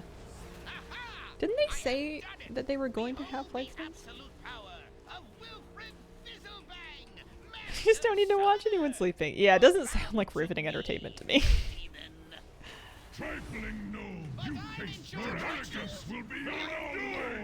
I'll watch a cat sleeping for entertainment.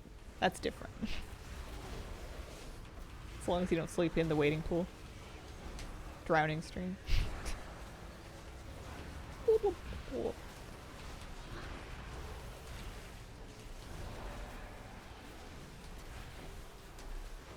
Just need a Cure Sleep cam instead.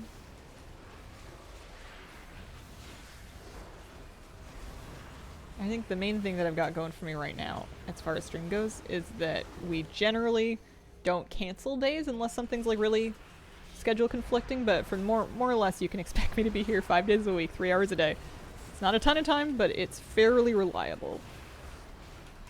This sleep cam we can watch is woofs. Insignificant gnat.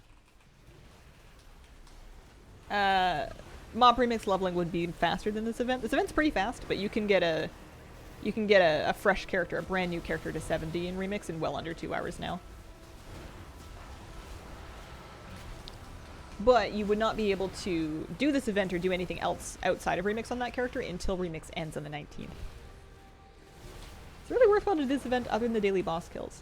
If you want to farm currency and gear, then yeah, you continue getting 1,400 memories per boss kill and 225 memories per event, as well as chances for the gear to drop directly when you do the events and boss kills.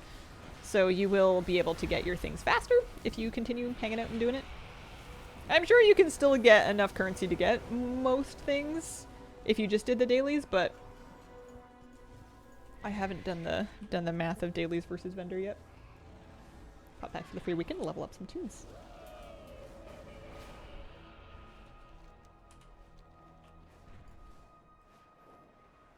What a Yeah, peculiar that is one thing about shorter streams, is that I never expect anybody to watch all of them, but if somebody did want to have all of them on, it's still like a ton of time, but it's not like, you know, an extra 8 hours every single day that you would want to catch up with if you didn't want to feel like you'd missed something.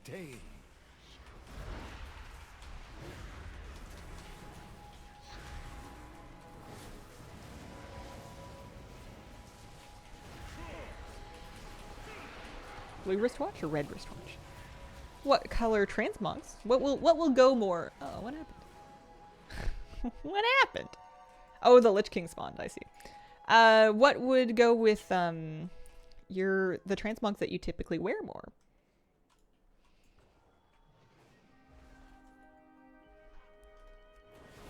Oh yeah, the faction question is also very good. That's also relevant. Usually go naked. All right.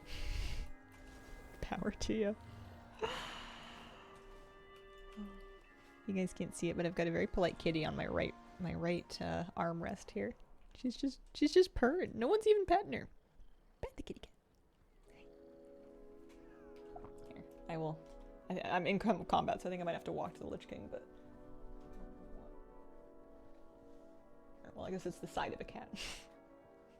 I promise the rest of the cat is there.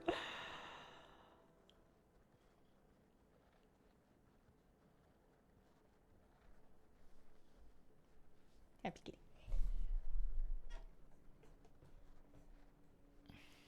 A likely story.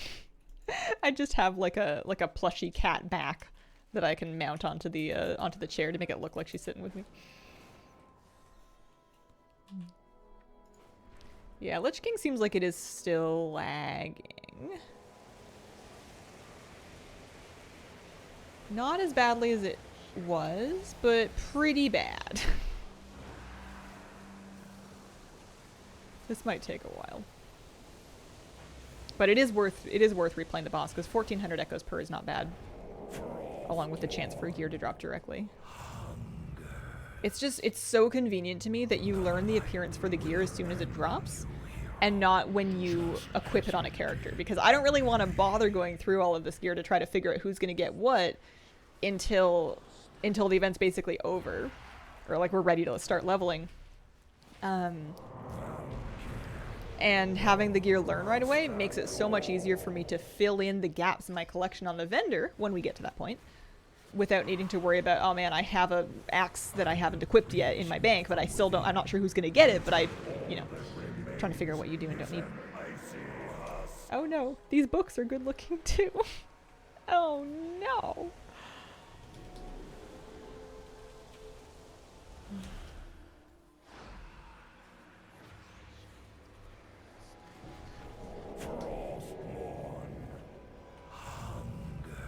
Noticeable in full raid groups since low-level characters don't do any damage.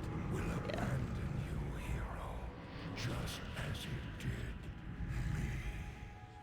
I think the lag on this one in particular makes it extra bad, because even if you can do decent damage, you may not be successfully doing decent damage because you're not getting uptime because you're waiting for your abilities to actually like happen. At least I'm waiting for my abilities to happen. Watched any fun stuff recently? I was dipping through the track and field this morning. I was watching a little bit of Olympic tennis. What else? A lot of Olympics. Very impressive stuff. Very exciting. And it's fun how obviously it's their home athletes, but anytime a French athlete takes the field for anything, the crowd just goes crazy, because it's in Paris, so they're cheering for their athletes. But it's like really, it must be a very cool time to be a French athlete, because it seems like you could go out there and you could just like, you just show up and they're like, yeah, LA. No, haven't watched any more rugby. I was watching the women's rugby sevens, and I think those are done now. Goldfish memory these days. Yeah. Like my cat outside of my backyard once. I like my cat outside in my backyard once, and now it's always. Oh, you let your cat outside? Yeah. That's the tricky thing with kitties, is they remember.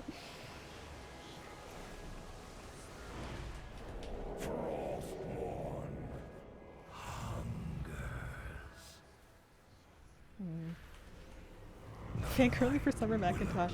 I couldn't believe it when I found out she was 17. She's so impressive.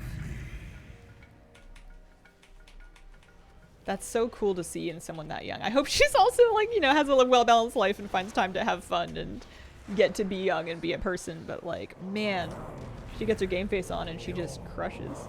Okay, Spoon58, thank you for the 16-month resub. Happy Saturday, Hazel. Happy Saturday. Like, I'm impressed by any Olympian, but being able to cope with that pressure when you are that young, like, it's hard to be a teenager if you're not an Olympian. Goes outside and jumps from side to side, chasing bugs and rabbits. Local wildfire largely under control. Bad news is that they're investigating it as arson. Oh. What are you doing in the downtime between Radiant Echoes? More Radiant Echoes. They've reworked the event so that you can continue playing the event. There isn't really downtime anymore if you don't want there to be. You can replay the boss. You can continue to spawn it and continue to kill it throughout the entire hour. Yeah.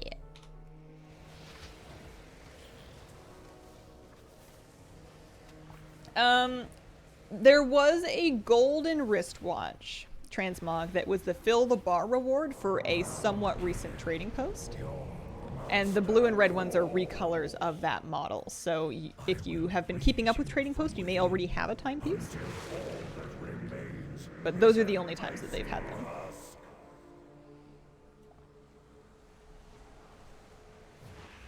First wristwatch is feedback heavy. I thought it was a neat appearance, but it does feel like they've been kind of shortchanging us a little bit on the fill the bar rewards. For a while, they were things like full costumes and mounts, and to have just a wrist transmog that is fairly minimal, didn't feel like it was really keeping the same standard.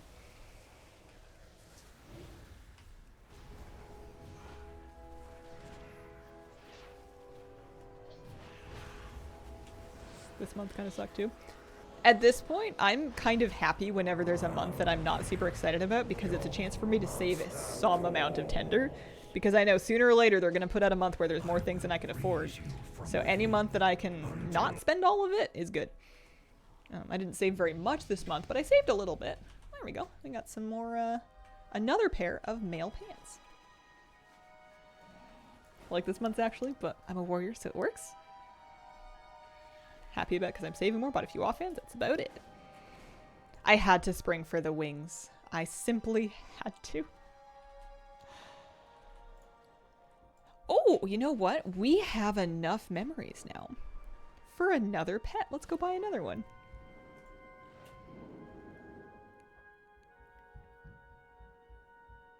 And all my tenders on the mounts. No, I skipped both mounts. I decided I'm going to let both of them pass me by. I think they're neat, but they're both ground mounts. I don't realistically see myself spending a lot of time on them. I think we're going to get both of these today, so it doesn't really matter what order we do.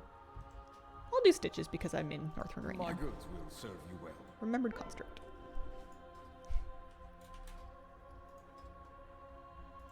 Another magic pet.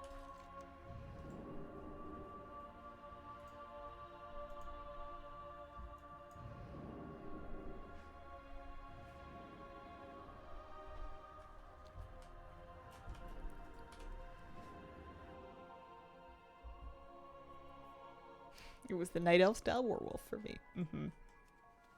No.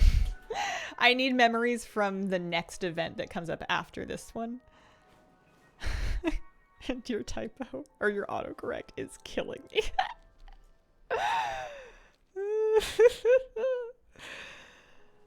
Oh, man.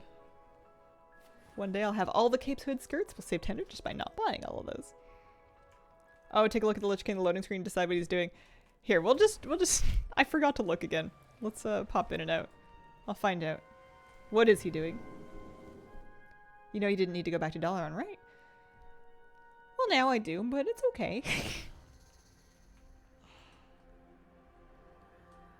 Because this vendor has more things. This vendor has all of the things, whereas the vendors in the individual zones only have, like, it would, I mean, I know I bought the relevant pet, but like, if I had wanted to buy the river paw, I would have needed to be back here. All right. Enjoy your purchase. What is he doing? He forgot his phone in the Uber. Any plans for mog farming after you've gotten the final couple pets? It is good for me to continue grinding the event, because I'm going to want to basically get the rest of the gear as well. I want to have all of the armor sets collected. J12201, thanks for the 2-month resub. He's telling a story about a fish he caught. It was this big! Ponder why his arms are on fire. Purple Mog is haunted lost. by the memories of Northrend, and now they've come to life. I need to decide this weekend if I'm going to do like hiking and fishing or if I'm just gonna like try to take it easy, because next weekend I have a bunch of errands booked, so it's not gonna be super relaxing no matter what I do. But it means I also probably cannot go fishing next weekend, so if I want to go, I really should. I think I'll probably try and go. It's hard though because the best time to go is always super early. And on my day, I'm such a baby. On my day off, I don't want to get up that early. I've been getting up early during the week.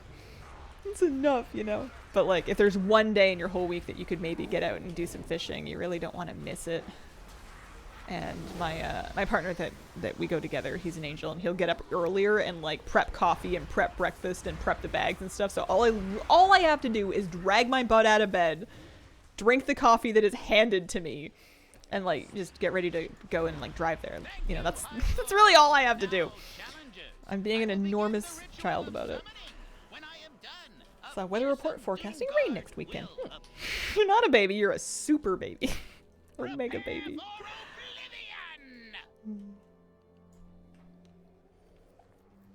Getting an IV to inject the coffee would be helpful. Insert coffee in face.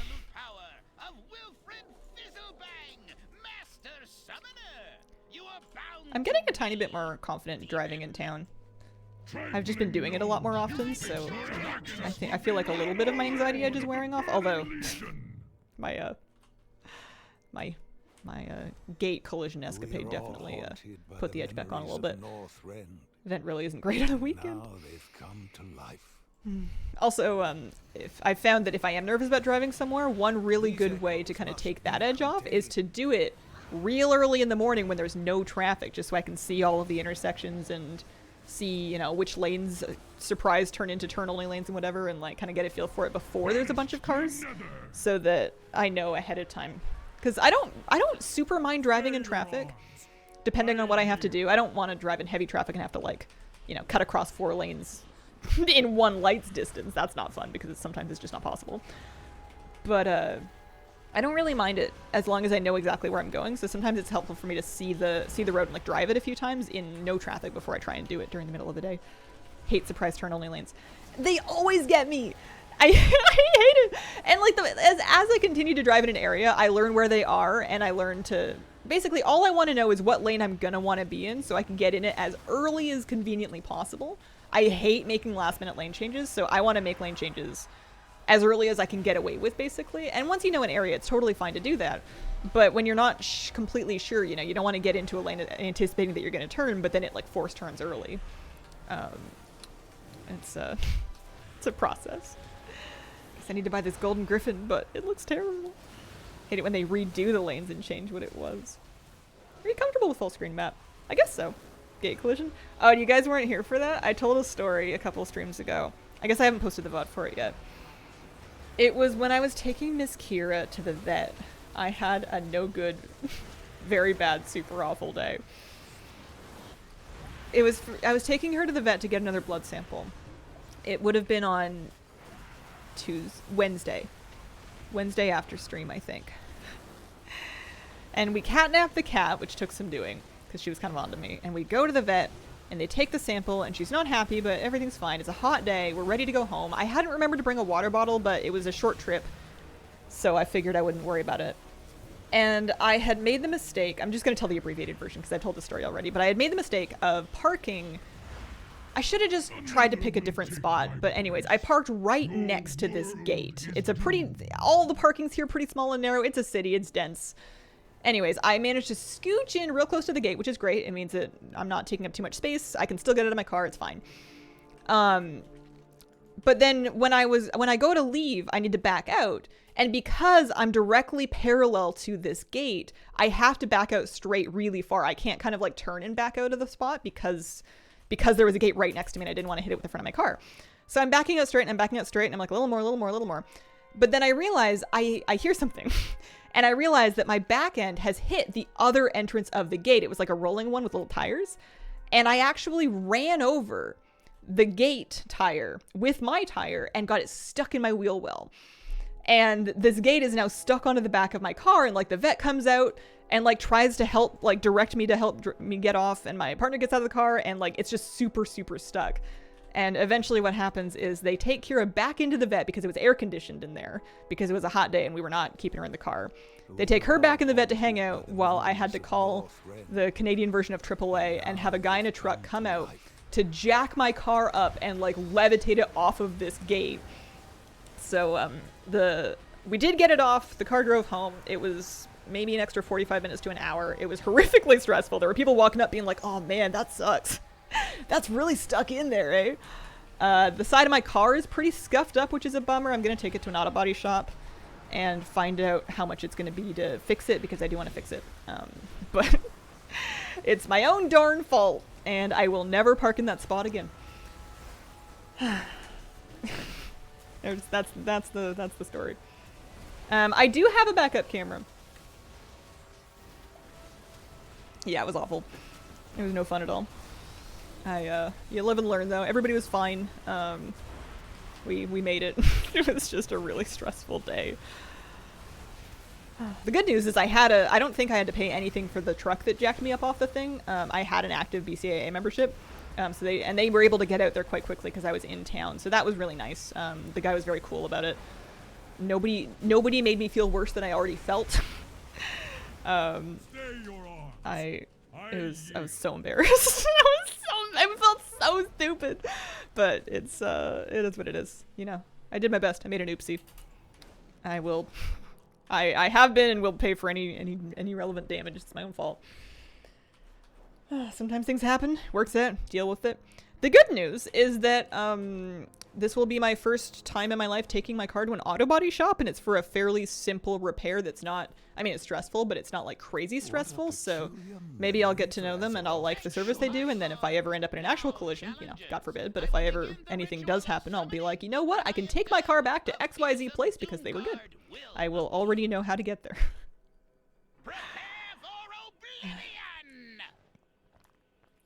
From now on, you're going to be known as Gate Lady at the vet. Yeah, I don't think they're going to... I mean, they knew me already. I have a cat and a dog. I go in there now and then. They already knew us, but they're not going to forget us in a hurry. I did offer... I don't know if the gate needs any repairs, but I did tell them if anything needs being done to the gate, I will pay for it. I am so sorry. I didn't do this. I didn't just hit and run it. I nearly lost a piece of my finger trying to change a flat tire at 1 a.m. Oh, no.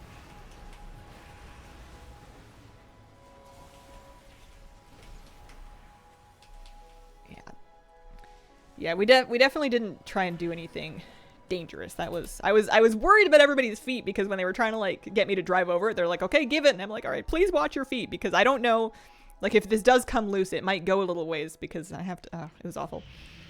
Weird, I got a 10K invoice for new Golden Gate. Yeah, if it turns out, the gate did still roll. It was very minorly bent, but it wasn't very bent, so I don't know if they'll replace it, but if they do, it could be a lot of money. We'll see. I haven't heard from them. They were so nice. They were so nice about it.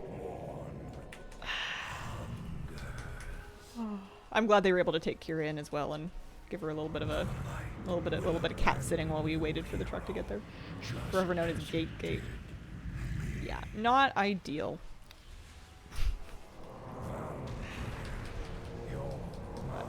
You live and you learn. I saw a bumper sticker once. I don't remember if I was just like looking online at like different funny bumper stickers or if I actually saw somebody have this on their car, but they had a bumper sticker that said hot girls hit curbs. And I couldn't decide if it was offensive or if I loved it. I couldn't decide. I was like, on one hand, wow. On the other hand, I kind of want it. Pie or patisserie Daniel. Oh, I love it, right? It makes me honestly every time sometimes when I go to visit family, I'm street parking, and because it's a really narrow street, I pull up really close to the curb to try to get my car out of the way so people can still get through.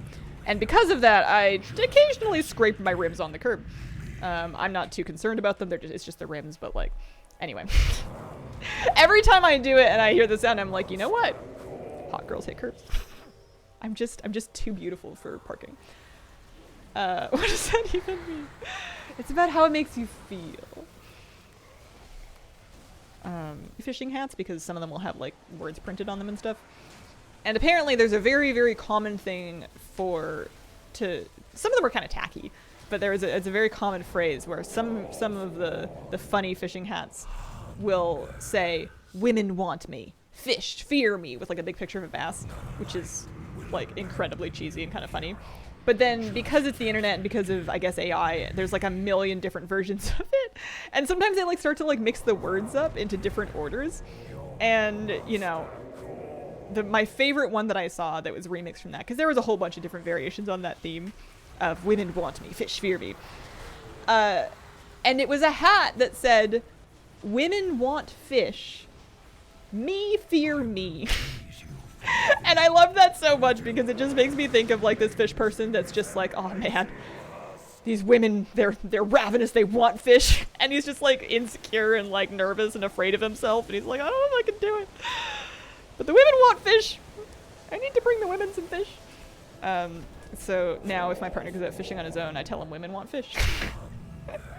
Me fear me. I'm sure AI just like butchered the phrase. I don't know if they did it on purpose. It was just on one of those like mass-produced like websites. We didn't buy it or anything, but I thought it was so funny.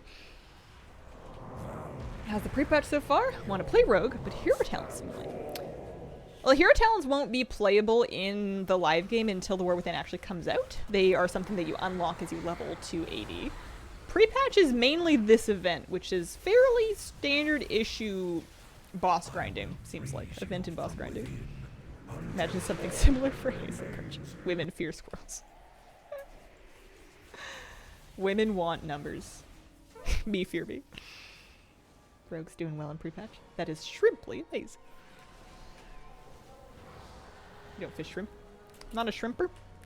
Not a shrimper. I buy frozen shrimp. I got some shoulders. Oh, they're gorgeous. They're amazing. They're so pretty. Oh, this mog is excellent. I'm very happy with it. Also, in another 5,000 Radiant Echoes. Actually, I don't even know if we'll have time. I think we can do Fizzlebang one more time.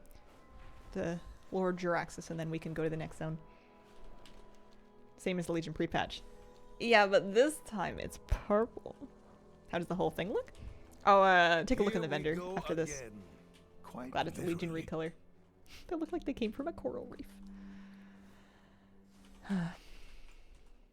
Man, there was one day that my partner was looking at the tides and he was talking about how it would be really cool if we could go fishing. It was like a Friday or a Saturday morning, but I wasn't sure if I wanted to like go fishing before stream or like, because normally if I go fishing I want to stay out there for a while, and I was joking that we could do it but only if I like bring my phone. I mean, I always bring my phone, but like set up a tripod and like turn the stream on for my phone and then do the fishing stream in the morning instead of the WoW stream. Hazel's first IRL stream, just ocean fishing off the shore. Oh, man. Oh, I wonder how hard that would hit my data. It'd be kind of lovely. Part of the problem with it is I haven't like hard launched my partner or anything like that, and it would be hard to keep him out of the stream because we go fishing together. It would probably be possible depending on where you angle it and if he's there, but like, I don't know, sometimes I'm trying to get a fish in and I need him to come help me, and I don't know if we would want to be worried about like where we precariously balance the phone on these slanted rocks by the ocean.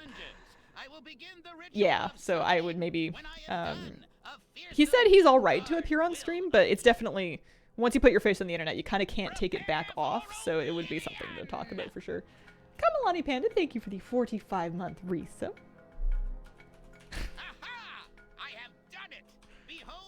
Spent 35 minutes sitting by the water this morning, and it was lovely. You can hard launch your partner. Yoga's really made you buff. We got the yoga guns.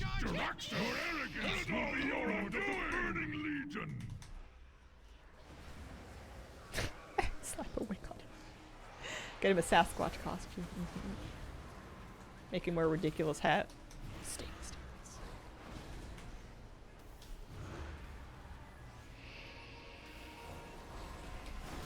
Insignificant gnat. I also probably would be extremely quiet because especially if there's other people fishing at the area, which there might be, I would be like so self-conscious, so I don't know how much I would be actually talking to stream. I don't even know how I would read chat because usually that's done, like, I think IRL streamers often have like multiple phones that they're working off of, and if I'm fishing, I'm busy.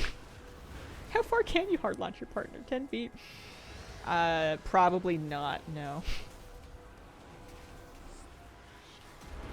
Build a small fence section, make him stand behind it. I think he would think that's really funny.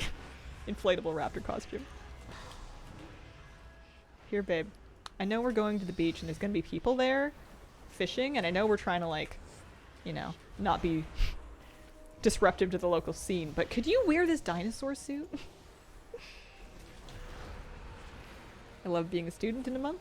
There's so many ads for discounts. Your world There we go. is doomed. Although weirdly enough, I didn't get maybe because the event's like ticking over, I didn't get the 200 for that. We got a new zone to get to. Fishing hats with a mosquito net for his face. Mm-hmm.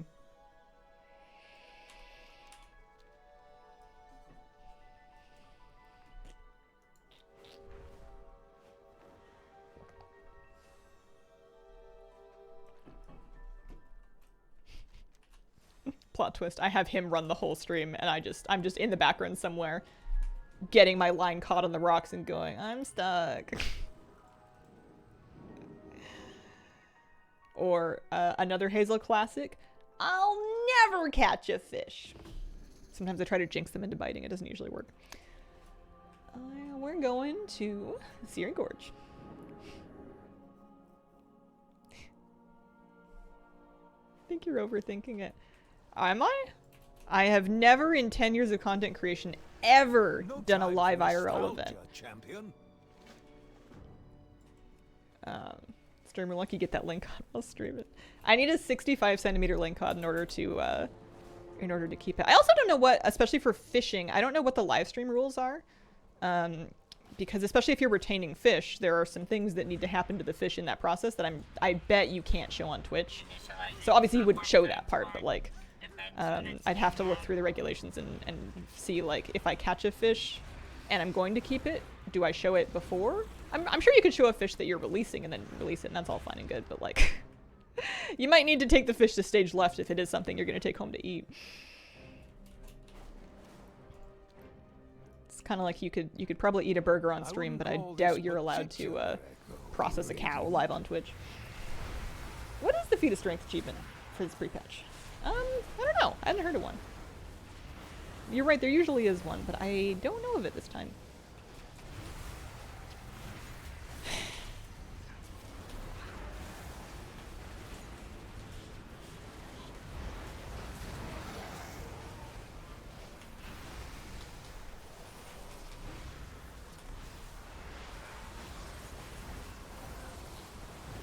I don't know if people ever live stream fishing on Twitch.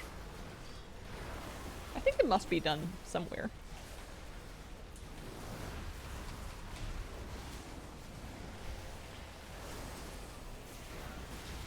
Just for killing all 3 bosses? This takes me back. That's it. It's called This Takes Me Back. That's exactly what it is. Defeat each of the remembered bosses during the War Within pre-launch event.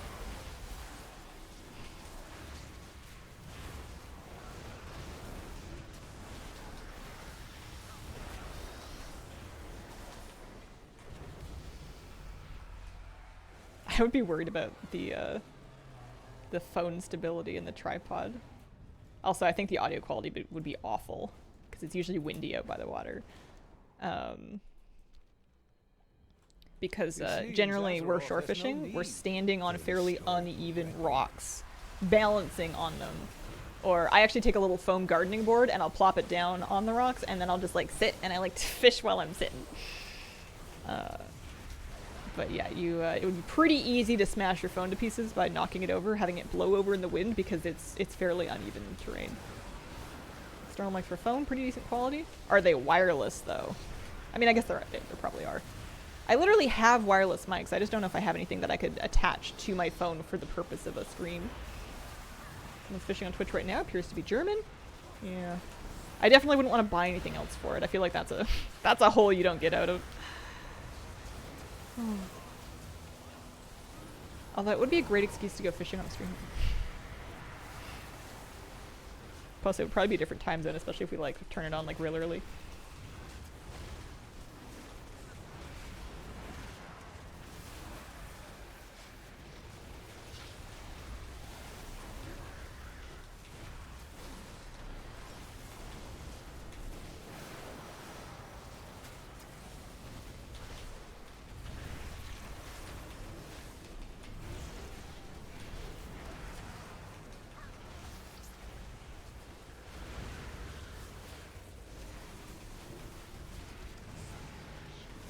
What happened to do the never IRL stream because people can find me idea?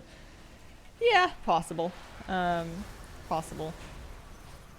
Not wildly likely. I'm sure somebody could figure out where I'm fishing from, especially if they're familiar with the local fishing spots. But it would be, especially depending on the weather, not crazy quick to do it. I don't know. Also, I would be outdoors in daytime with partner. I wouldn't be alone, so something.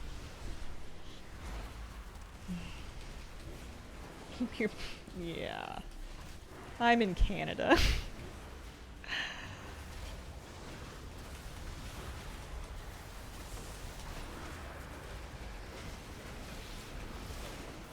Listen, if I get uncomfortable, I'll just jump into the ocean and swim away.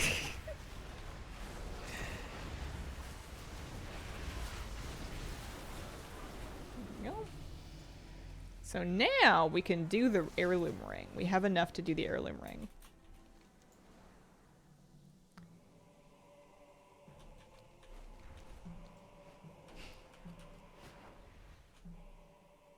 Ah, I remember this one. Alright. We have a politics rule, and we take it pretty seriously. Partner has RBF, guard dog energy, never get bothered. What does the heirloom ring do? I've gone too far. We're gonna find out. We will find out. After we do... What is it? Ragnaros. After we do Ragnaros in the zone, I will go make the ring.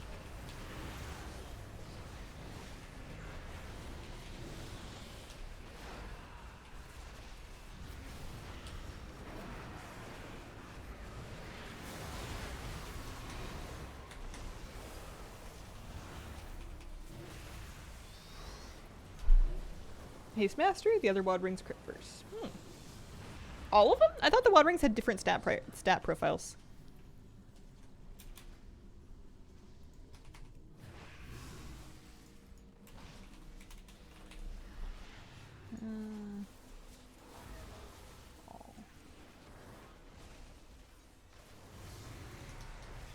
Yeah, the third fleet is crit mastery. I mean, not that it matters. It totally doesn't matter.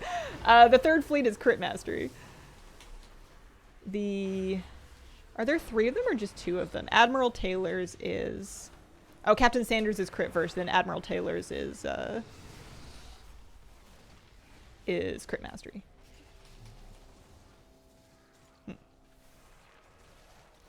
And then what's the Dread Pirate ring? The Dread Pirate ring is crit haste. Although basically any secondaries are gonna do the job when you're just leveling. Stitches! This one. You know, I probably have time to just go make this heirloom and then come back. Although Stitches! I need the, I need all the memories. I need all the currency.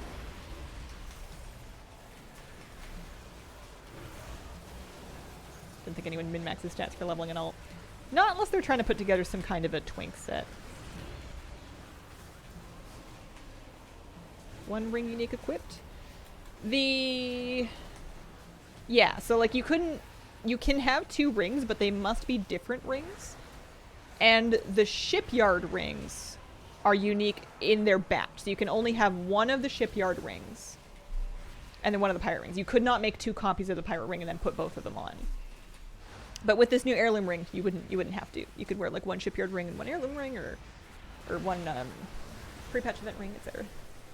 Pro haste because it's the most fun stat to stack. We should be able to have 8 rings, 4 fingers each hand, no thumbs. I mean, why stop it? Why stop at 8? I see people stack rings all the way up their fingers. Some people got armored hands. Clink, clink, clink. Get a second ring somewhere. This one's my first. Wish I could be a ring person. I have a ring that I wear sometimes if I want to feel fancy, or like I want to feel, I don't know, like I've dressed up a tiny bit, but I definitely don't wear it all the time because anytime I want to go do anything functional. Like, I wouldn't wear it to yoga. I wouldn't wear it fishing. I guess those are the two main things where I wouldn't bring it. I just, it's comfier just to have my hands unringed. We also have toes. Wife and I don't usually wear rings out. Don't want to lose them. I think that's more, it's not unheard of. I think it's quite a good idea. Or people will have like a cheaper version of their ring that they'll wear day to day, and then the real one they'll keep in like a vault or something like that, or like only wear for anniversaries or something. Because it's true that like a quality wedding ring is quite durable, but you know, especially depending on how expensive it is, it's kind of a crazy amount of an investment to be having on your hands all the time. I only like jewelry that I never have to take off. Yeah. I like keeping, I do like putting on fun earrings sometimes, but I mainly just like keeping like the sleeper hoops in my ears that I can just kind of leave in and not worry about them.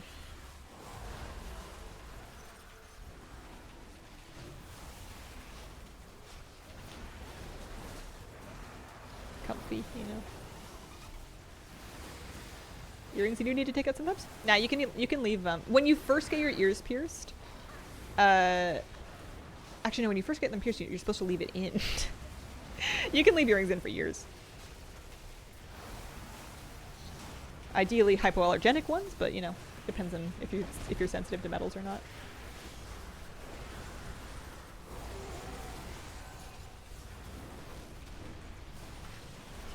It's leaving them out that you don't want to do unless you are okay with having your piercings close over. You don't want to leave them out for too long.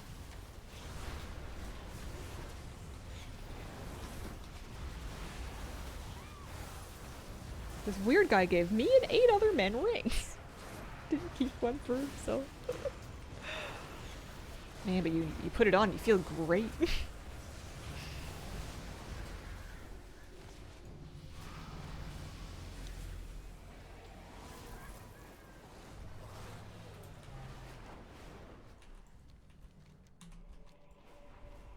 Past 11. What's for lunch? This morning, partner said he had like a idea for lunch, and I don't remember if he told me what the idea was. But I think he's gonna make something. Numerous cartilage piercings that I haven't taken the jewelry out in nearly 20 years.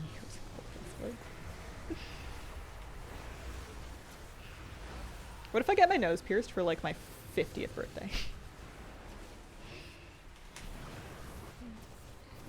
Great at first, but then it just kind of feels like your soul is leaving your body. Ever increasing weight mounts. Why 50? Do it now! I don't know. I'm pretty happy with just my earrings. I've never really decided if I like nose piercings on other people. I've never really felt strongly that I wanted one for myself. Sometimes I think about it, but I would get more tattoos first probably. If I did have one, it would probably be on the side, and it would probably be smaller, more just basically like the little ones I wear in my ears. More likely to be rings than studs. I feel like the idea of having a stud back in my nose upsets me.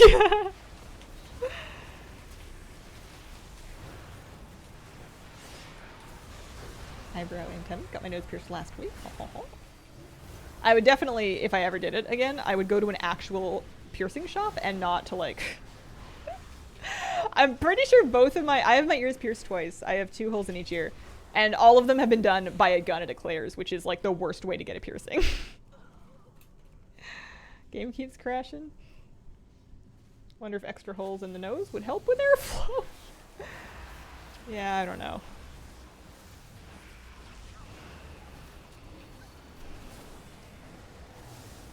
Yeah, maybe that's why I've never really felt like I wanted to mess with my nose, is because I feel like my earlobes are purely...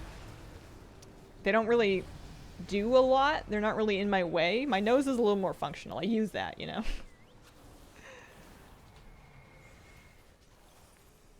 Of all my piercings, the prison ones turned out the worst. Never in the way, unlike nostril piercings. Sad I lost my second nostril piercing, and one's closing. You can hide ears easier, too. Man, I have never, ever, ever thought that I should hide my ear piercings. I guess I just live in a fairly progressive place. But I feel like even the most conservative people I know still have, like, ear piercings.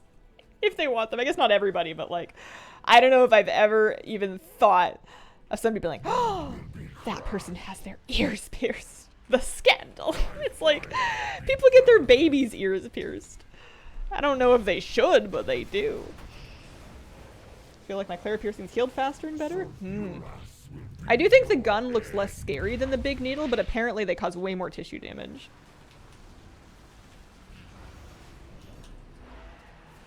But I don't know much about it. I'm not a big expert.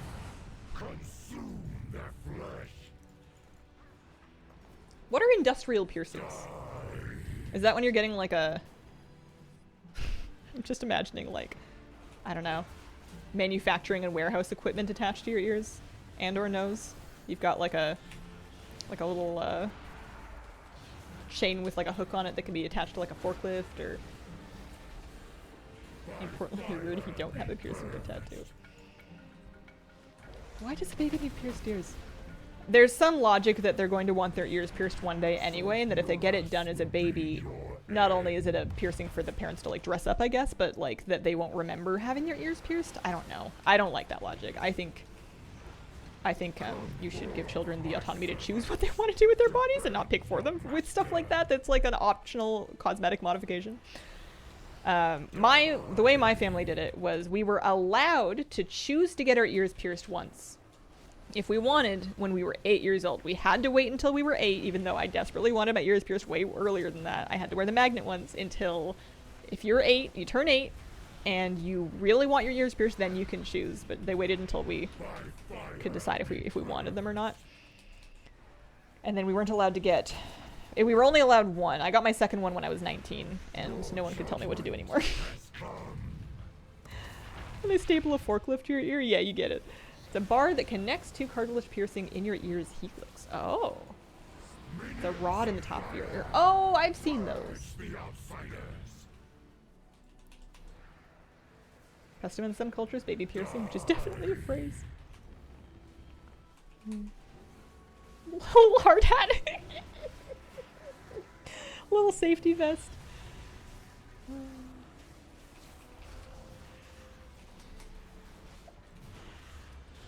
TIL? Those were called industrials. Yeah, I had no idea. I think it's really pretty. Sometimes you'll have multiple piercings, and there are earrings that you can get that have like a little chain that like hangs between them, and I think those are really pretty. They could be potentially a little dangerous if, like, depending on what you're doing, if they get caught on anything. I feel like that would be awful. A lot easier to rip out a piercing with something like that. But if you're out to dinner, you're probably not likely to have it torn out of your ear. Just maybe be careful when you're trying to take your cat to the vet. Annoying to heal, though. Reminds me of Star Trek. Costumes hit your chains. The joints.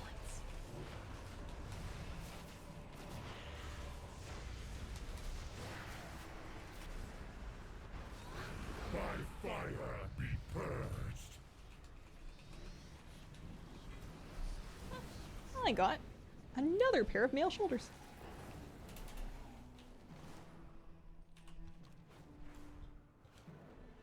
Cuff that goes on the outer edge of the ear. I always heard that the upper ear cartilage ones hurt more. Quite literally. And I've never done them. I guess I could always get another piercing in my ears if I really wanted to. Whenever I'm making a character in WoW, I always give them as many ear piercings and nose piercings as they will let me do. I always find however many is the maximum. Rings all the way up the ear. Game knows you have a ton of hunters who need those shoulders. So I need a river paw, which I think I can get here. Unless I'm mistaken.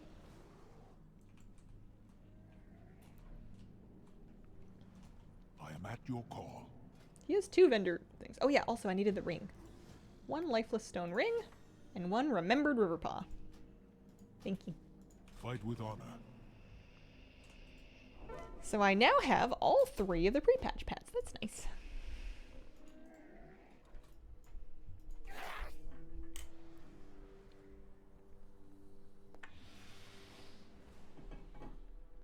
Concha's worse because it's a very thick part of your ear.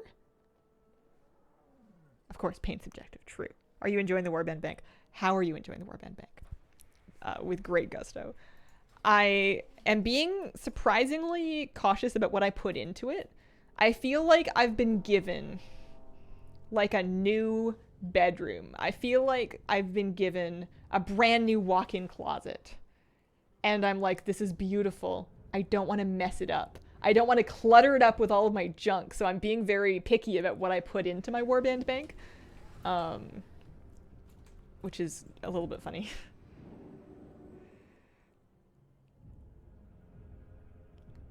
I had posted an article about low-level transmog. Oh, good. I know people were talking about that yesterday. Great for any profession patterns you get. Infused with the essence of Azeroth. Oh, I see. So you need to combine each of these 3 things.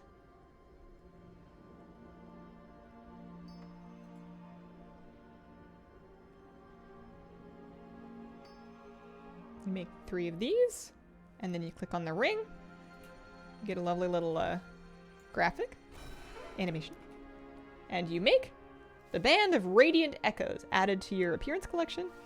Pardon me, not your appearance collection, added to your heirloom collection. Automatically scales to 49, upgrade level 0 out of 2. Haste Mastery. Perfectly valid. I don't think I'm going to bother to upgrade it because I already have upgraded rings, but it would be super nice if you didn't. Wish it had 2 more tabs. I want to organize my math more specifically. Any and all gear drops from Echoes. My Echo gear definitely goes in. And my pet stuff as well. My pet charms and upgrade stones and whatnot. Speaking of which, I think I'm going to go take a look and maybe buy a couple of pet upgrades. For the 3 new ones. So if I look at my Warband bank, I can see that I have no magic stones specifically, so I'm going to take my polished pet charms and then go buy 3 ultimate stones. How do you upgrade heirloom rings? You would need an heirloom upgrade item from one of the general heirloom vendors. You would need 2 of them. It would just be gold. Bank was so wonky, kept telling me it was full, but it was not full. Making a special purchase? Alrighty then. So I would like 3 of these for a total of 105 polished pet charms. Farewell. And we can take our 3 new remembered things, because right now all of my pets are leveled, and I kind of want to keep it that way. I know I will fall behind in my pet collection when The War Within comes out. I'm going to get a bunch of pets and take forever to get them all caught up and leveled, but for now, I want to be on top of it. And I can go put the rest of my pet charms along with this new Warband gear back into my bank. Also, I guess I could take a quick look at my priest and see if she has any pet charm missions to send. Greetings.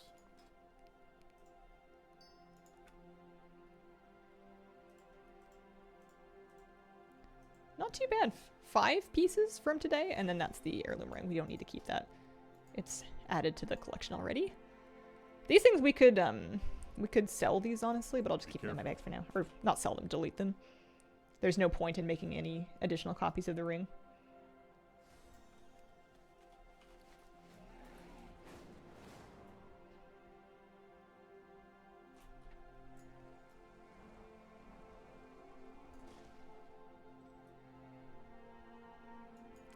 Okay, let's...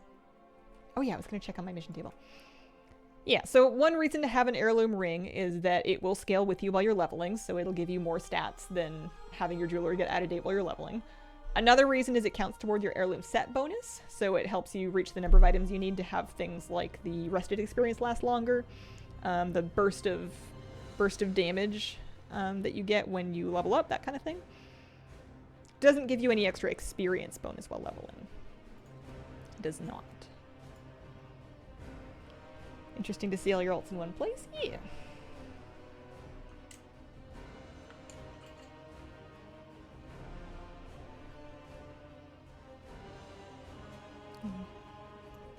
Here's a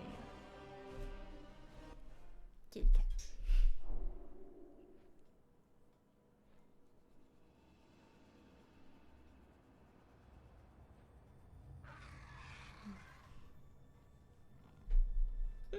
How's Moosey? Moosey's sleeping. I went to go pet him when I was taking my break, and he was so sleepy he didn't even want to pick up his head. He was tired. He was napping. It was mid-morning nap for him. He usually goes down while I'm streaming. Okay, I do not see any pet charms. I will send out some anima missions here.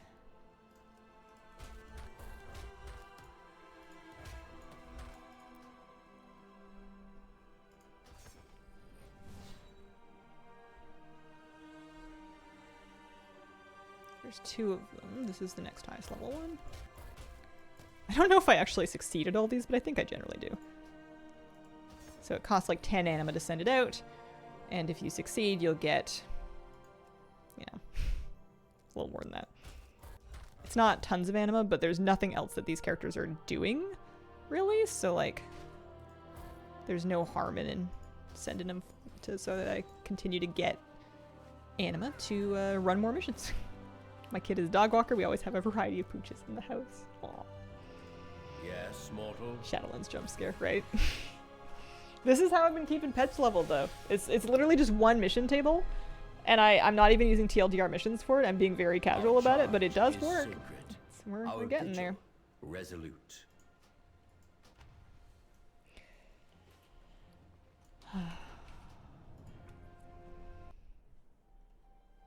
Take a quick look at see if Mr. Whatchamacallit, Worldbreaker's skull happens to be up. His quest is not up. I should have done more of them yesterday. Missed out. Could have done.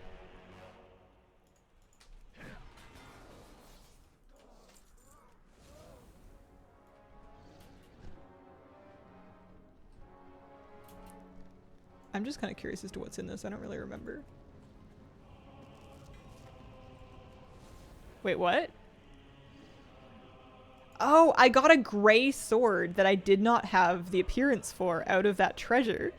I was like, what do you mean I got a sword transmog? It's because it's a gray one. I got this chipped Minari blade, which I think is actually kind of sick. That's so funny. Because at first I'm like, oh wow, Veiled Argonite. Whoop-de-doodle-doo. What's in this one? Legion Treasure Hoard.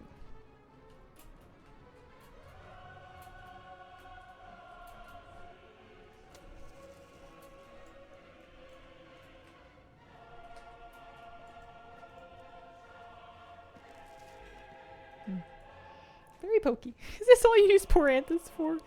Yeah, he hangs out on Argus and he waits for Worldbreaker's skull. That's pretty much it.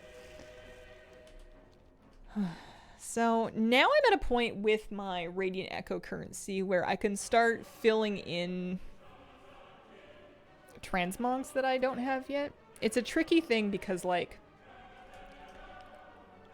the transmogs can drop. The gear that you get for the Radiant Echoes events can drop directly, and it does fairly often.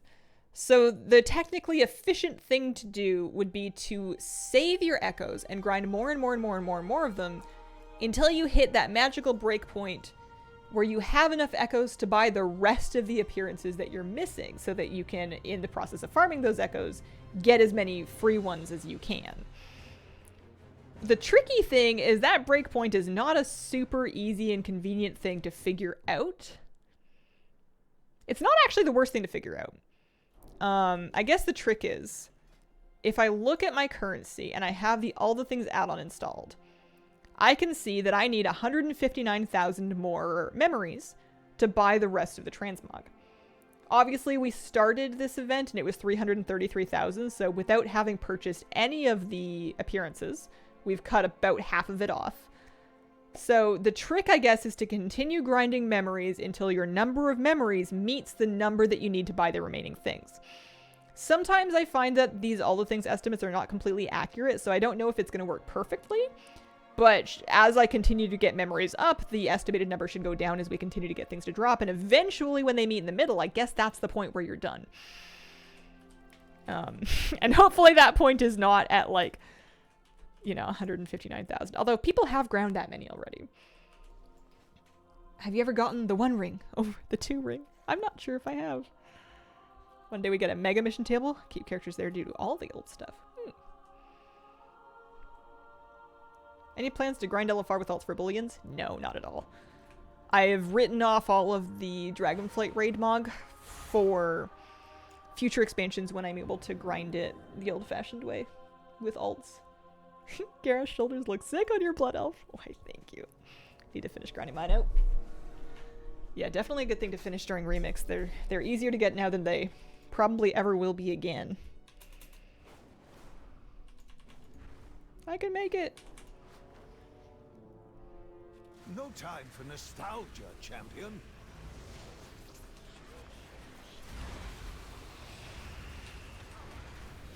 Shame we can't simply purchase transmog sets from older expansions. I know somebody that would disagree with you. Just one person, but they would have strong feelings.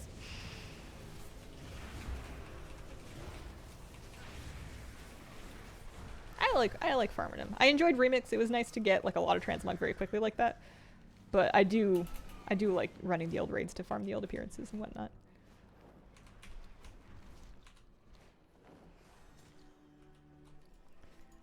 I wonder if I'm gonna have any luck at keeping my War Within collection percentages higher than I did for Dragonflight.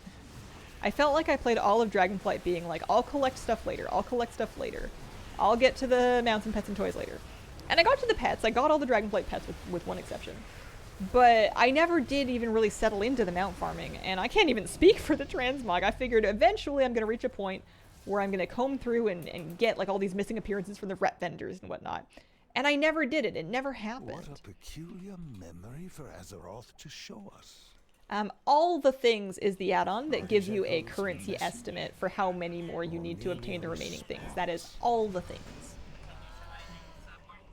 I hate the Slippery Morn Brew event. Yeah, that one's a hard pass. There does not seem to be any good reason to go do that. Was that the end of that event? I got 225 memories. Breezebiter Farm is something else. I'm at 160 plus attempts on the darn thing. Yeah, I never even started it. Yikes.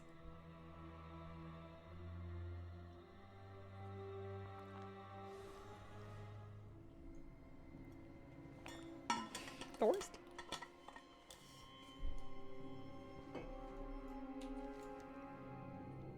I'm just kind of waiting for a boss one to spawn. Failing that, I guess I can do South Shore if we turn Mill. Morn Brew's a hard pass. Impossibly Rare Boar Liver sucks. The Green Hills one is kind of annoying. This is just a fill the bar, so this one's good. This is the event to do.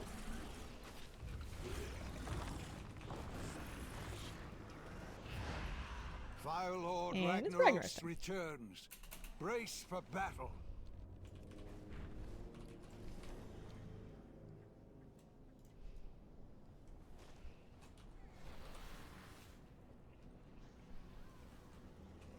So depending on which items drop, weapon drops are especially good, because those are really expensive on the vendor.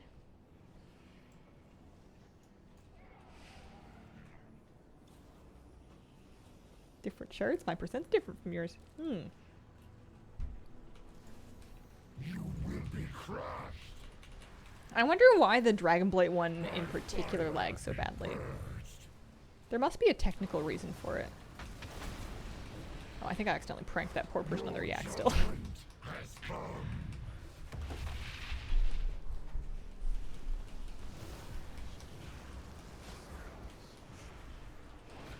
Bigger zone, maybe? Yeah, I don't know. All the phasing around the dragon tower in the zone? Because you would assume that they're about equally popular. If anything, the Searing Gorge event, or the Dustwallow event, would be... It has pretty decent memories that spawn there.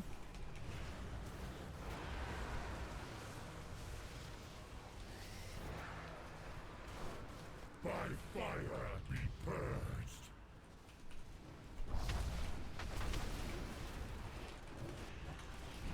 Your judgment has come.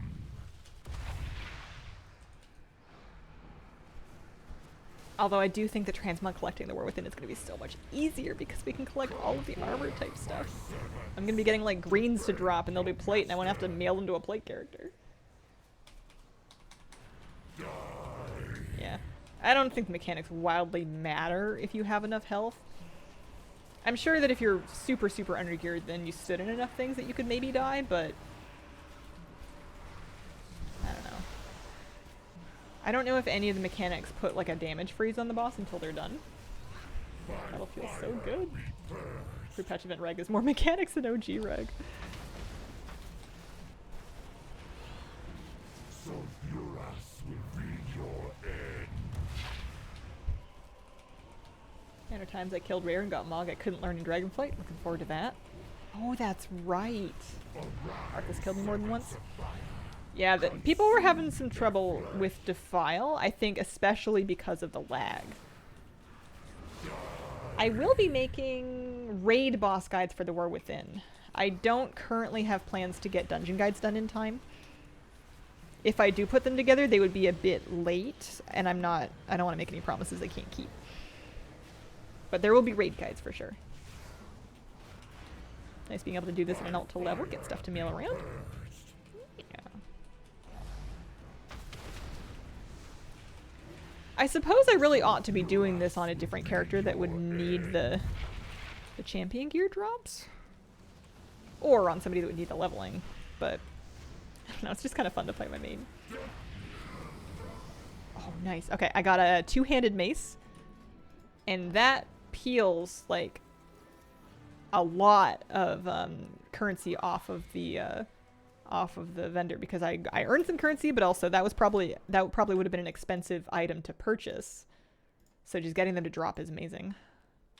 It seems Azeroth has no need for historical records. I think that by the time I get done with this event, I'll have a pretty healthy collection of gear to put my alts in. I think it'll be good. It's fascinating how I know for some pre-patch events, I got the set like one time and then kind of didn't bother to get any more, and this time around, I'm not even that upset to get duplicates because I have characters that can wear them.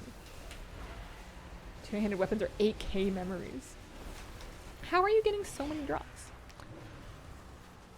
Luck. I think I'm just lucky. I've also been playing all day. I've been playing, I mean not all day, but like all stream I've been pretty much continuously running the bosses and the events, so we've been doing it for 2.5 hours now. Streamer benefits. Mm-hmm.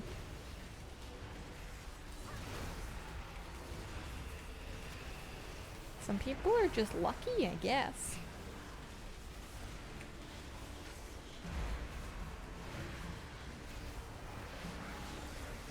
Even if these bosses have more health than before, there's something kind of relaxing about just hammering at your rotation.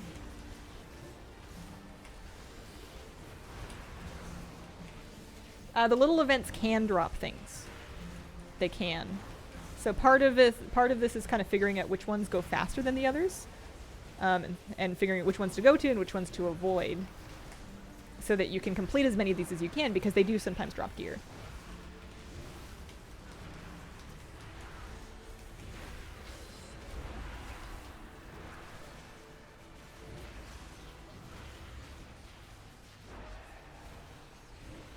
Had so many 60s laying around I couldn't do the Dragonflight campaign, and now with this event, all of them are 70.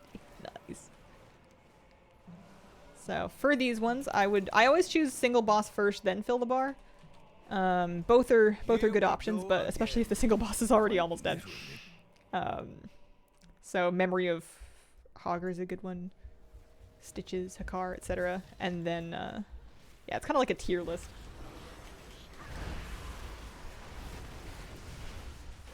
One to 2 items per boss spawn. That sounds about accurate to what I've been seeing. I don't know if you can tag an event and move on. I don't think you would get loot unless you were around it. I don't know for sure.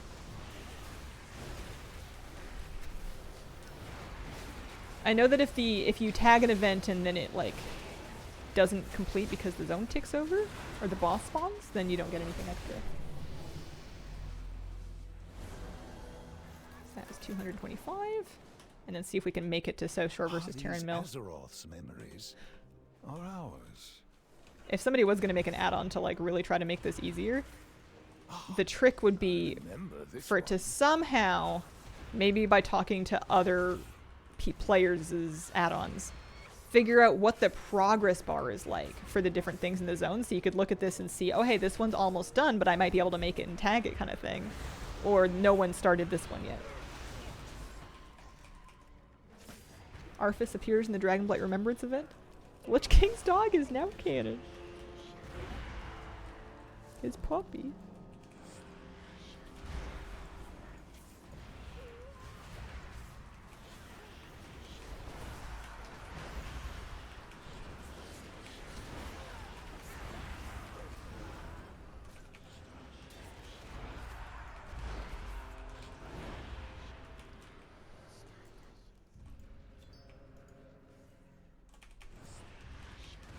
I don't think I have any 60s to level to 70 the event, so I can find out how fast it is. I know people have been doing it. People have been satisfied with how fast it is, but I couldn't give you an actual number.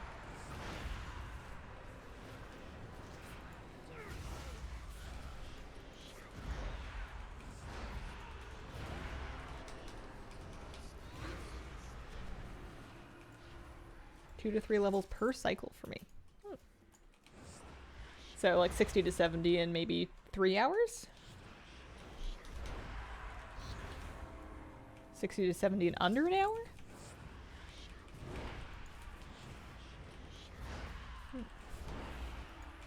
Hard to say. 45 minutes? I'm waiting for people to keep coming in with shorter and shorter numbers. I leveled to 70. In 5 minutes. 45 to 50 just following a group along. 44 minutes!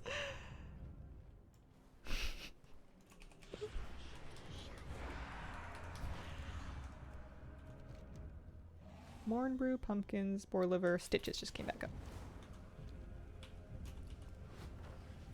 It's fascinating how strongly Car Azeroth wastes you if you're under remembers 70. these events.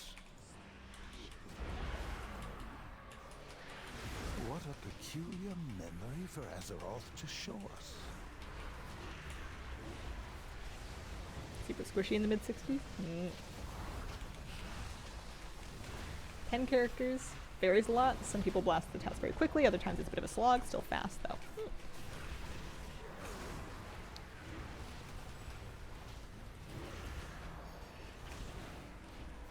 Yeah, it sounds decent. It sounds a lot nicer than the old-fashioned playthrough Dragonflight.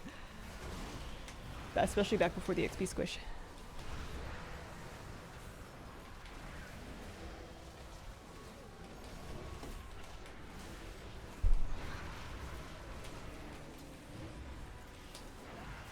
.460s, couple below that I want to level. Maybe this is it.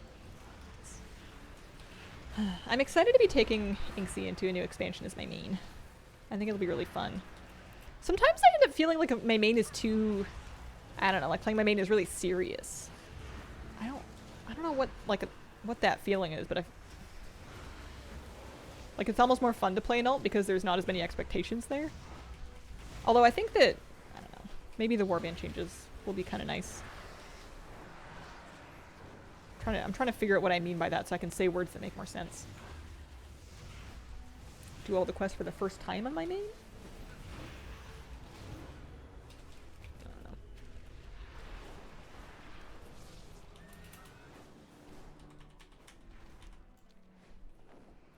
It seems Azeroth has no need for historical records.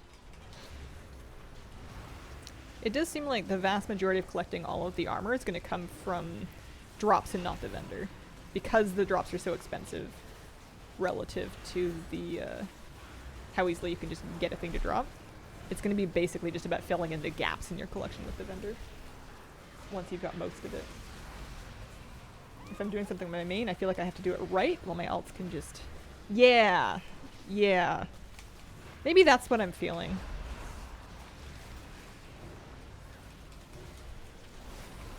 Captain Single Cheek, thank you for the brand new sub. Appreciate it very much. I also missed one from Abu Fahad99. Thank you so much.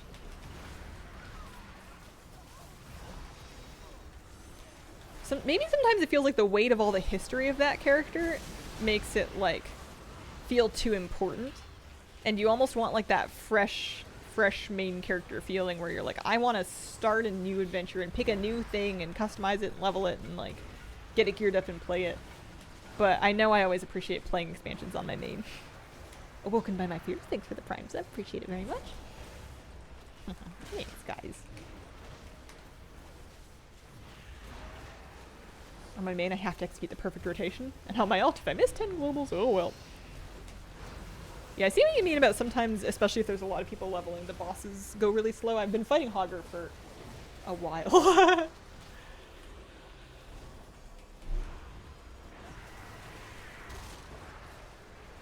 My main is one character that will always be safe from any part. I think Inksy is a very cute name for my main, but I know that her name hasn't always been Inksy. I didn't like her old name any better, but the fact that she did name change, and my druid as well, which is another one of the characters that I've had for like many expansions, she's also gone through a variety of name changes. It always shakes my connection with the character just a little bit.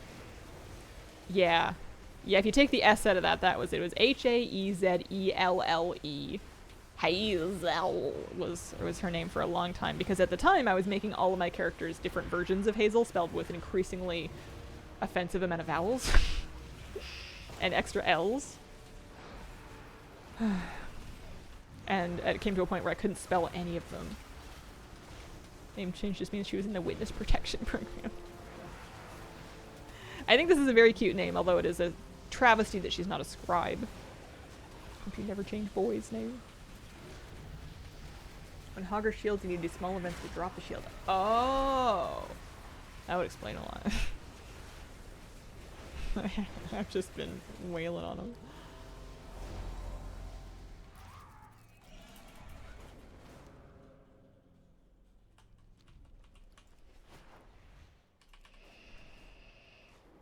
My main was originally a night elf, is now a blood elf, since my guild at the time moved to horde. Still irks me. When does boy upgrade to man?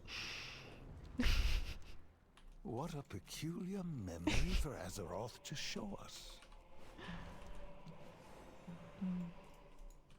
No time for nostalgia, champion. Never. Here we go again. Quite literally. Level 18. Level 25. Level 55. Never. Really varies. I don't know. I would never dare to try to quantify manhood. Man's overrated. Go back to boy. Stay boy. Stay boy forever. Boy is safe from purges. Boy is too cool of a character to ever lose. Even if I delete all my other warlocks, I will keep boy.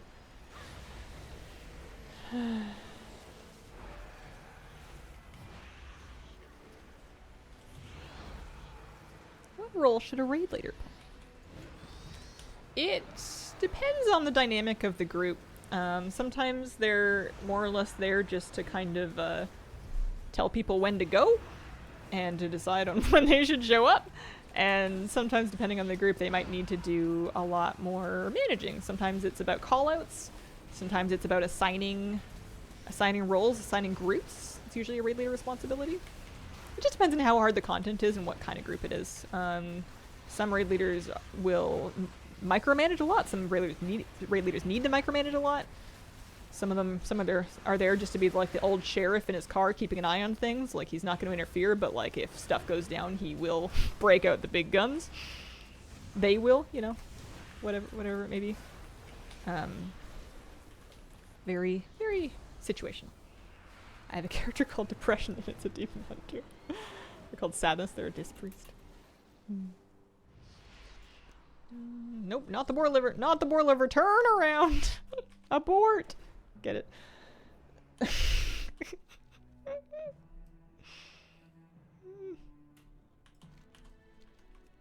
Yeah. It's fascinating how strongly Scarlet Azeroth Fielding remembers these events.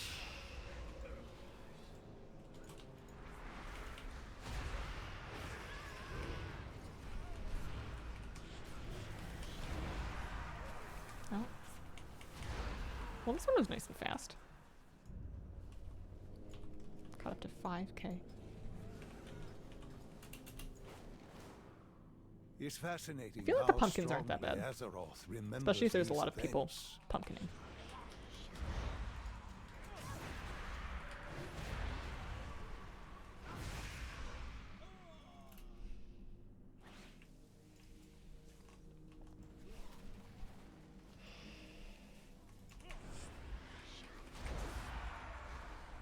I never finished leveling Gorla.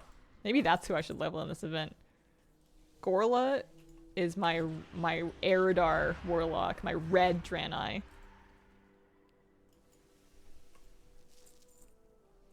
Who? Yeah, right.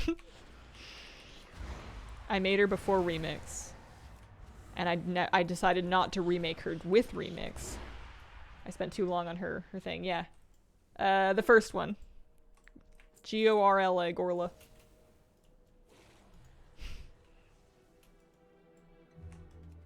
Hazel? Yes. Do you love it? I love Draenei. What goes through your head? I liked that one. Sometimes it's about how it makes you feel. Besides, she's a girl.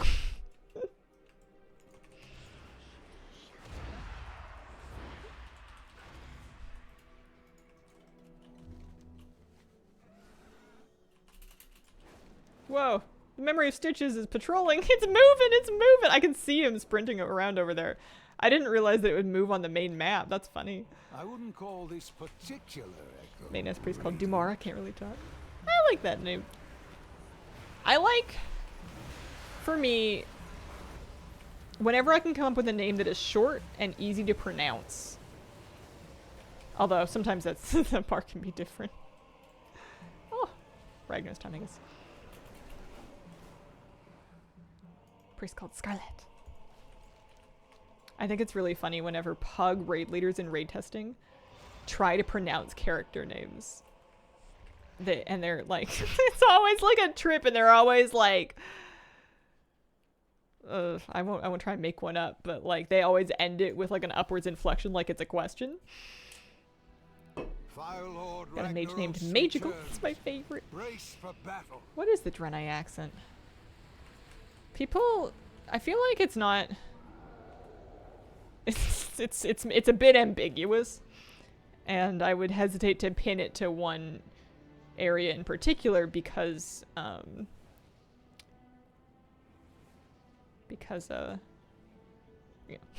reasons.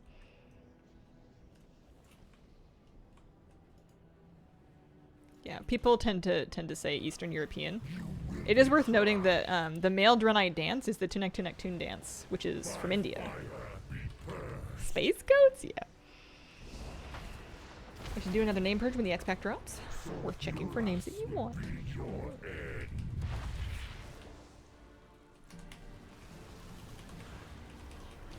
Oh man. I think I might have done enough WoW for today. That hurts. Consume their flesh. Die.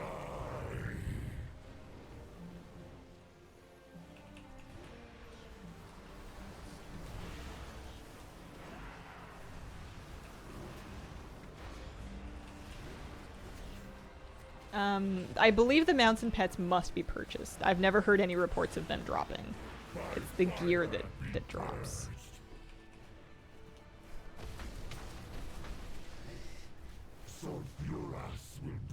I have watched RRR. I actually enjoyed it thoroughly. That was a trip of a movie. What a blockbuster. What a cinematic experience. It's a movie. It's long.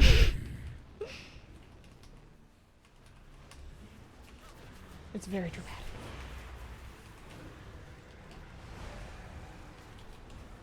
It's got some very memorable dance sequences.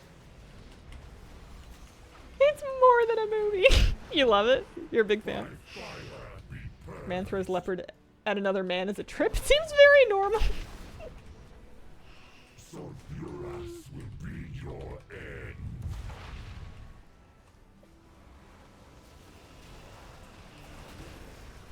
I think after Ragnar's here, I'm gonna wrap up and get this show off the road. Pack the show back up into the van for tomorrow.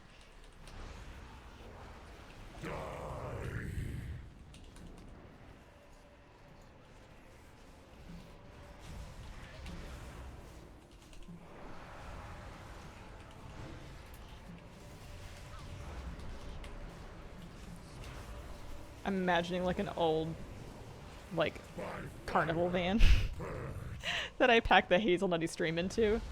It's like a teal van with dark teal spots and like little graphics of like cats and dogs on, and fish and squirrels on it. Fries were revolt. Figured somebody would have an answer. I didn't know off the top of my head. There you go. Come forth, my servants, defend your master. Die.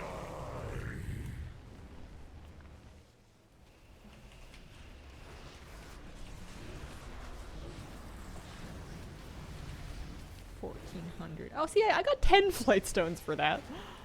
That's a non-zero amount of flight stones. And then I'm sitting at 6,946 memories with 143,000 left to farm, but I'm sure more things will drop when we do this again tomorrow. Plus, now that I'm not using the daily quest currency for mounts and pets, we should have more to put towards shopping eventually. Nice. Well, it is a smidge early, but I would like to thank you all very much for joining me today. I'll be back tomorrow morning for our final stream of the week. I appreciate you spending this time with me. I hope you have a wonderful weekend and a wonderful, wonderful day. Bye.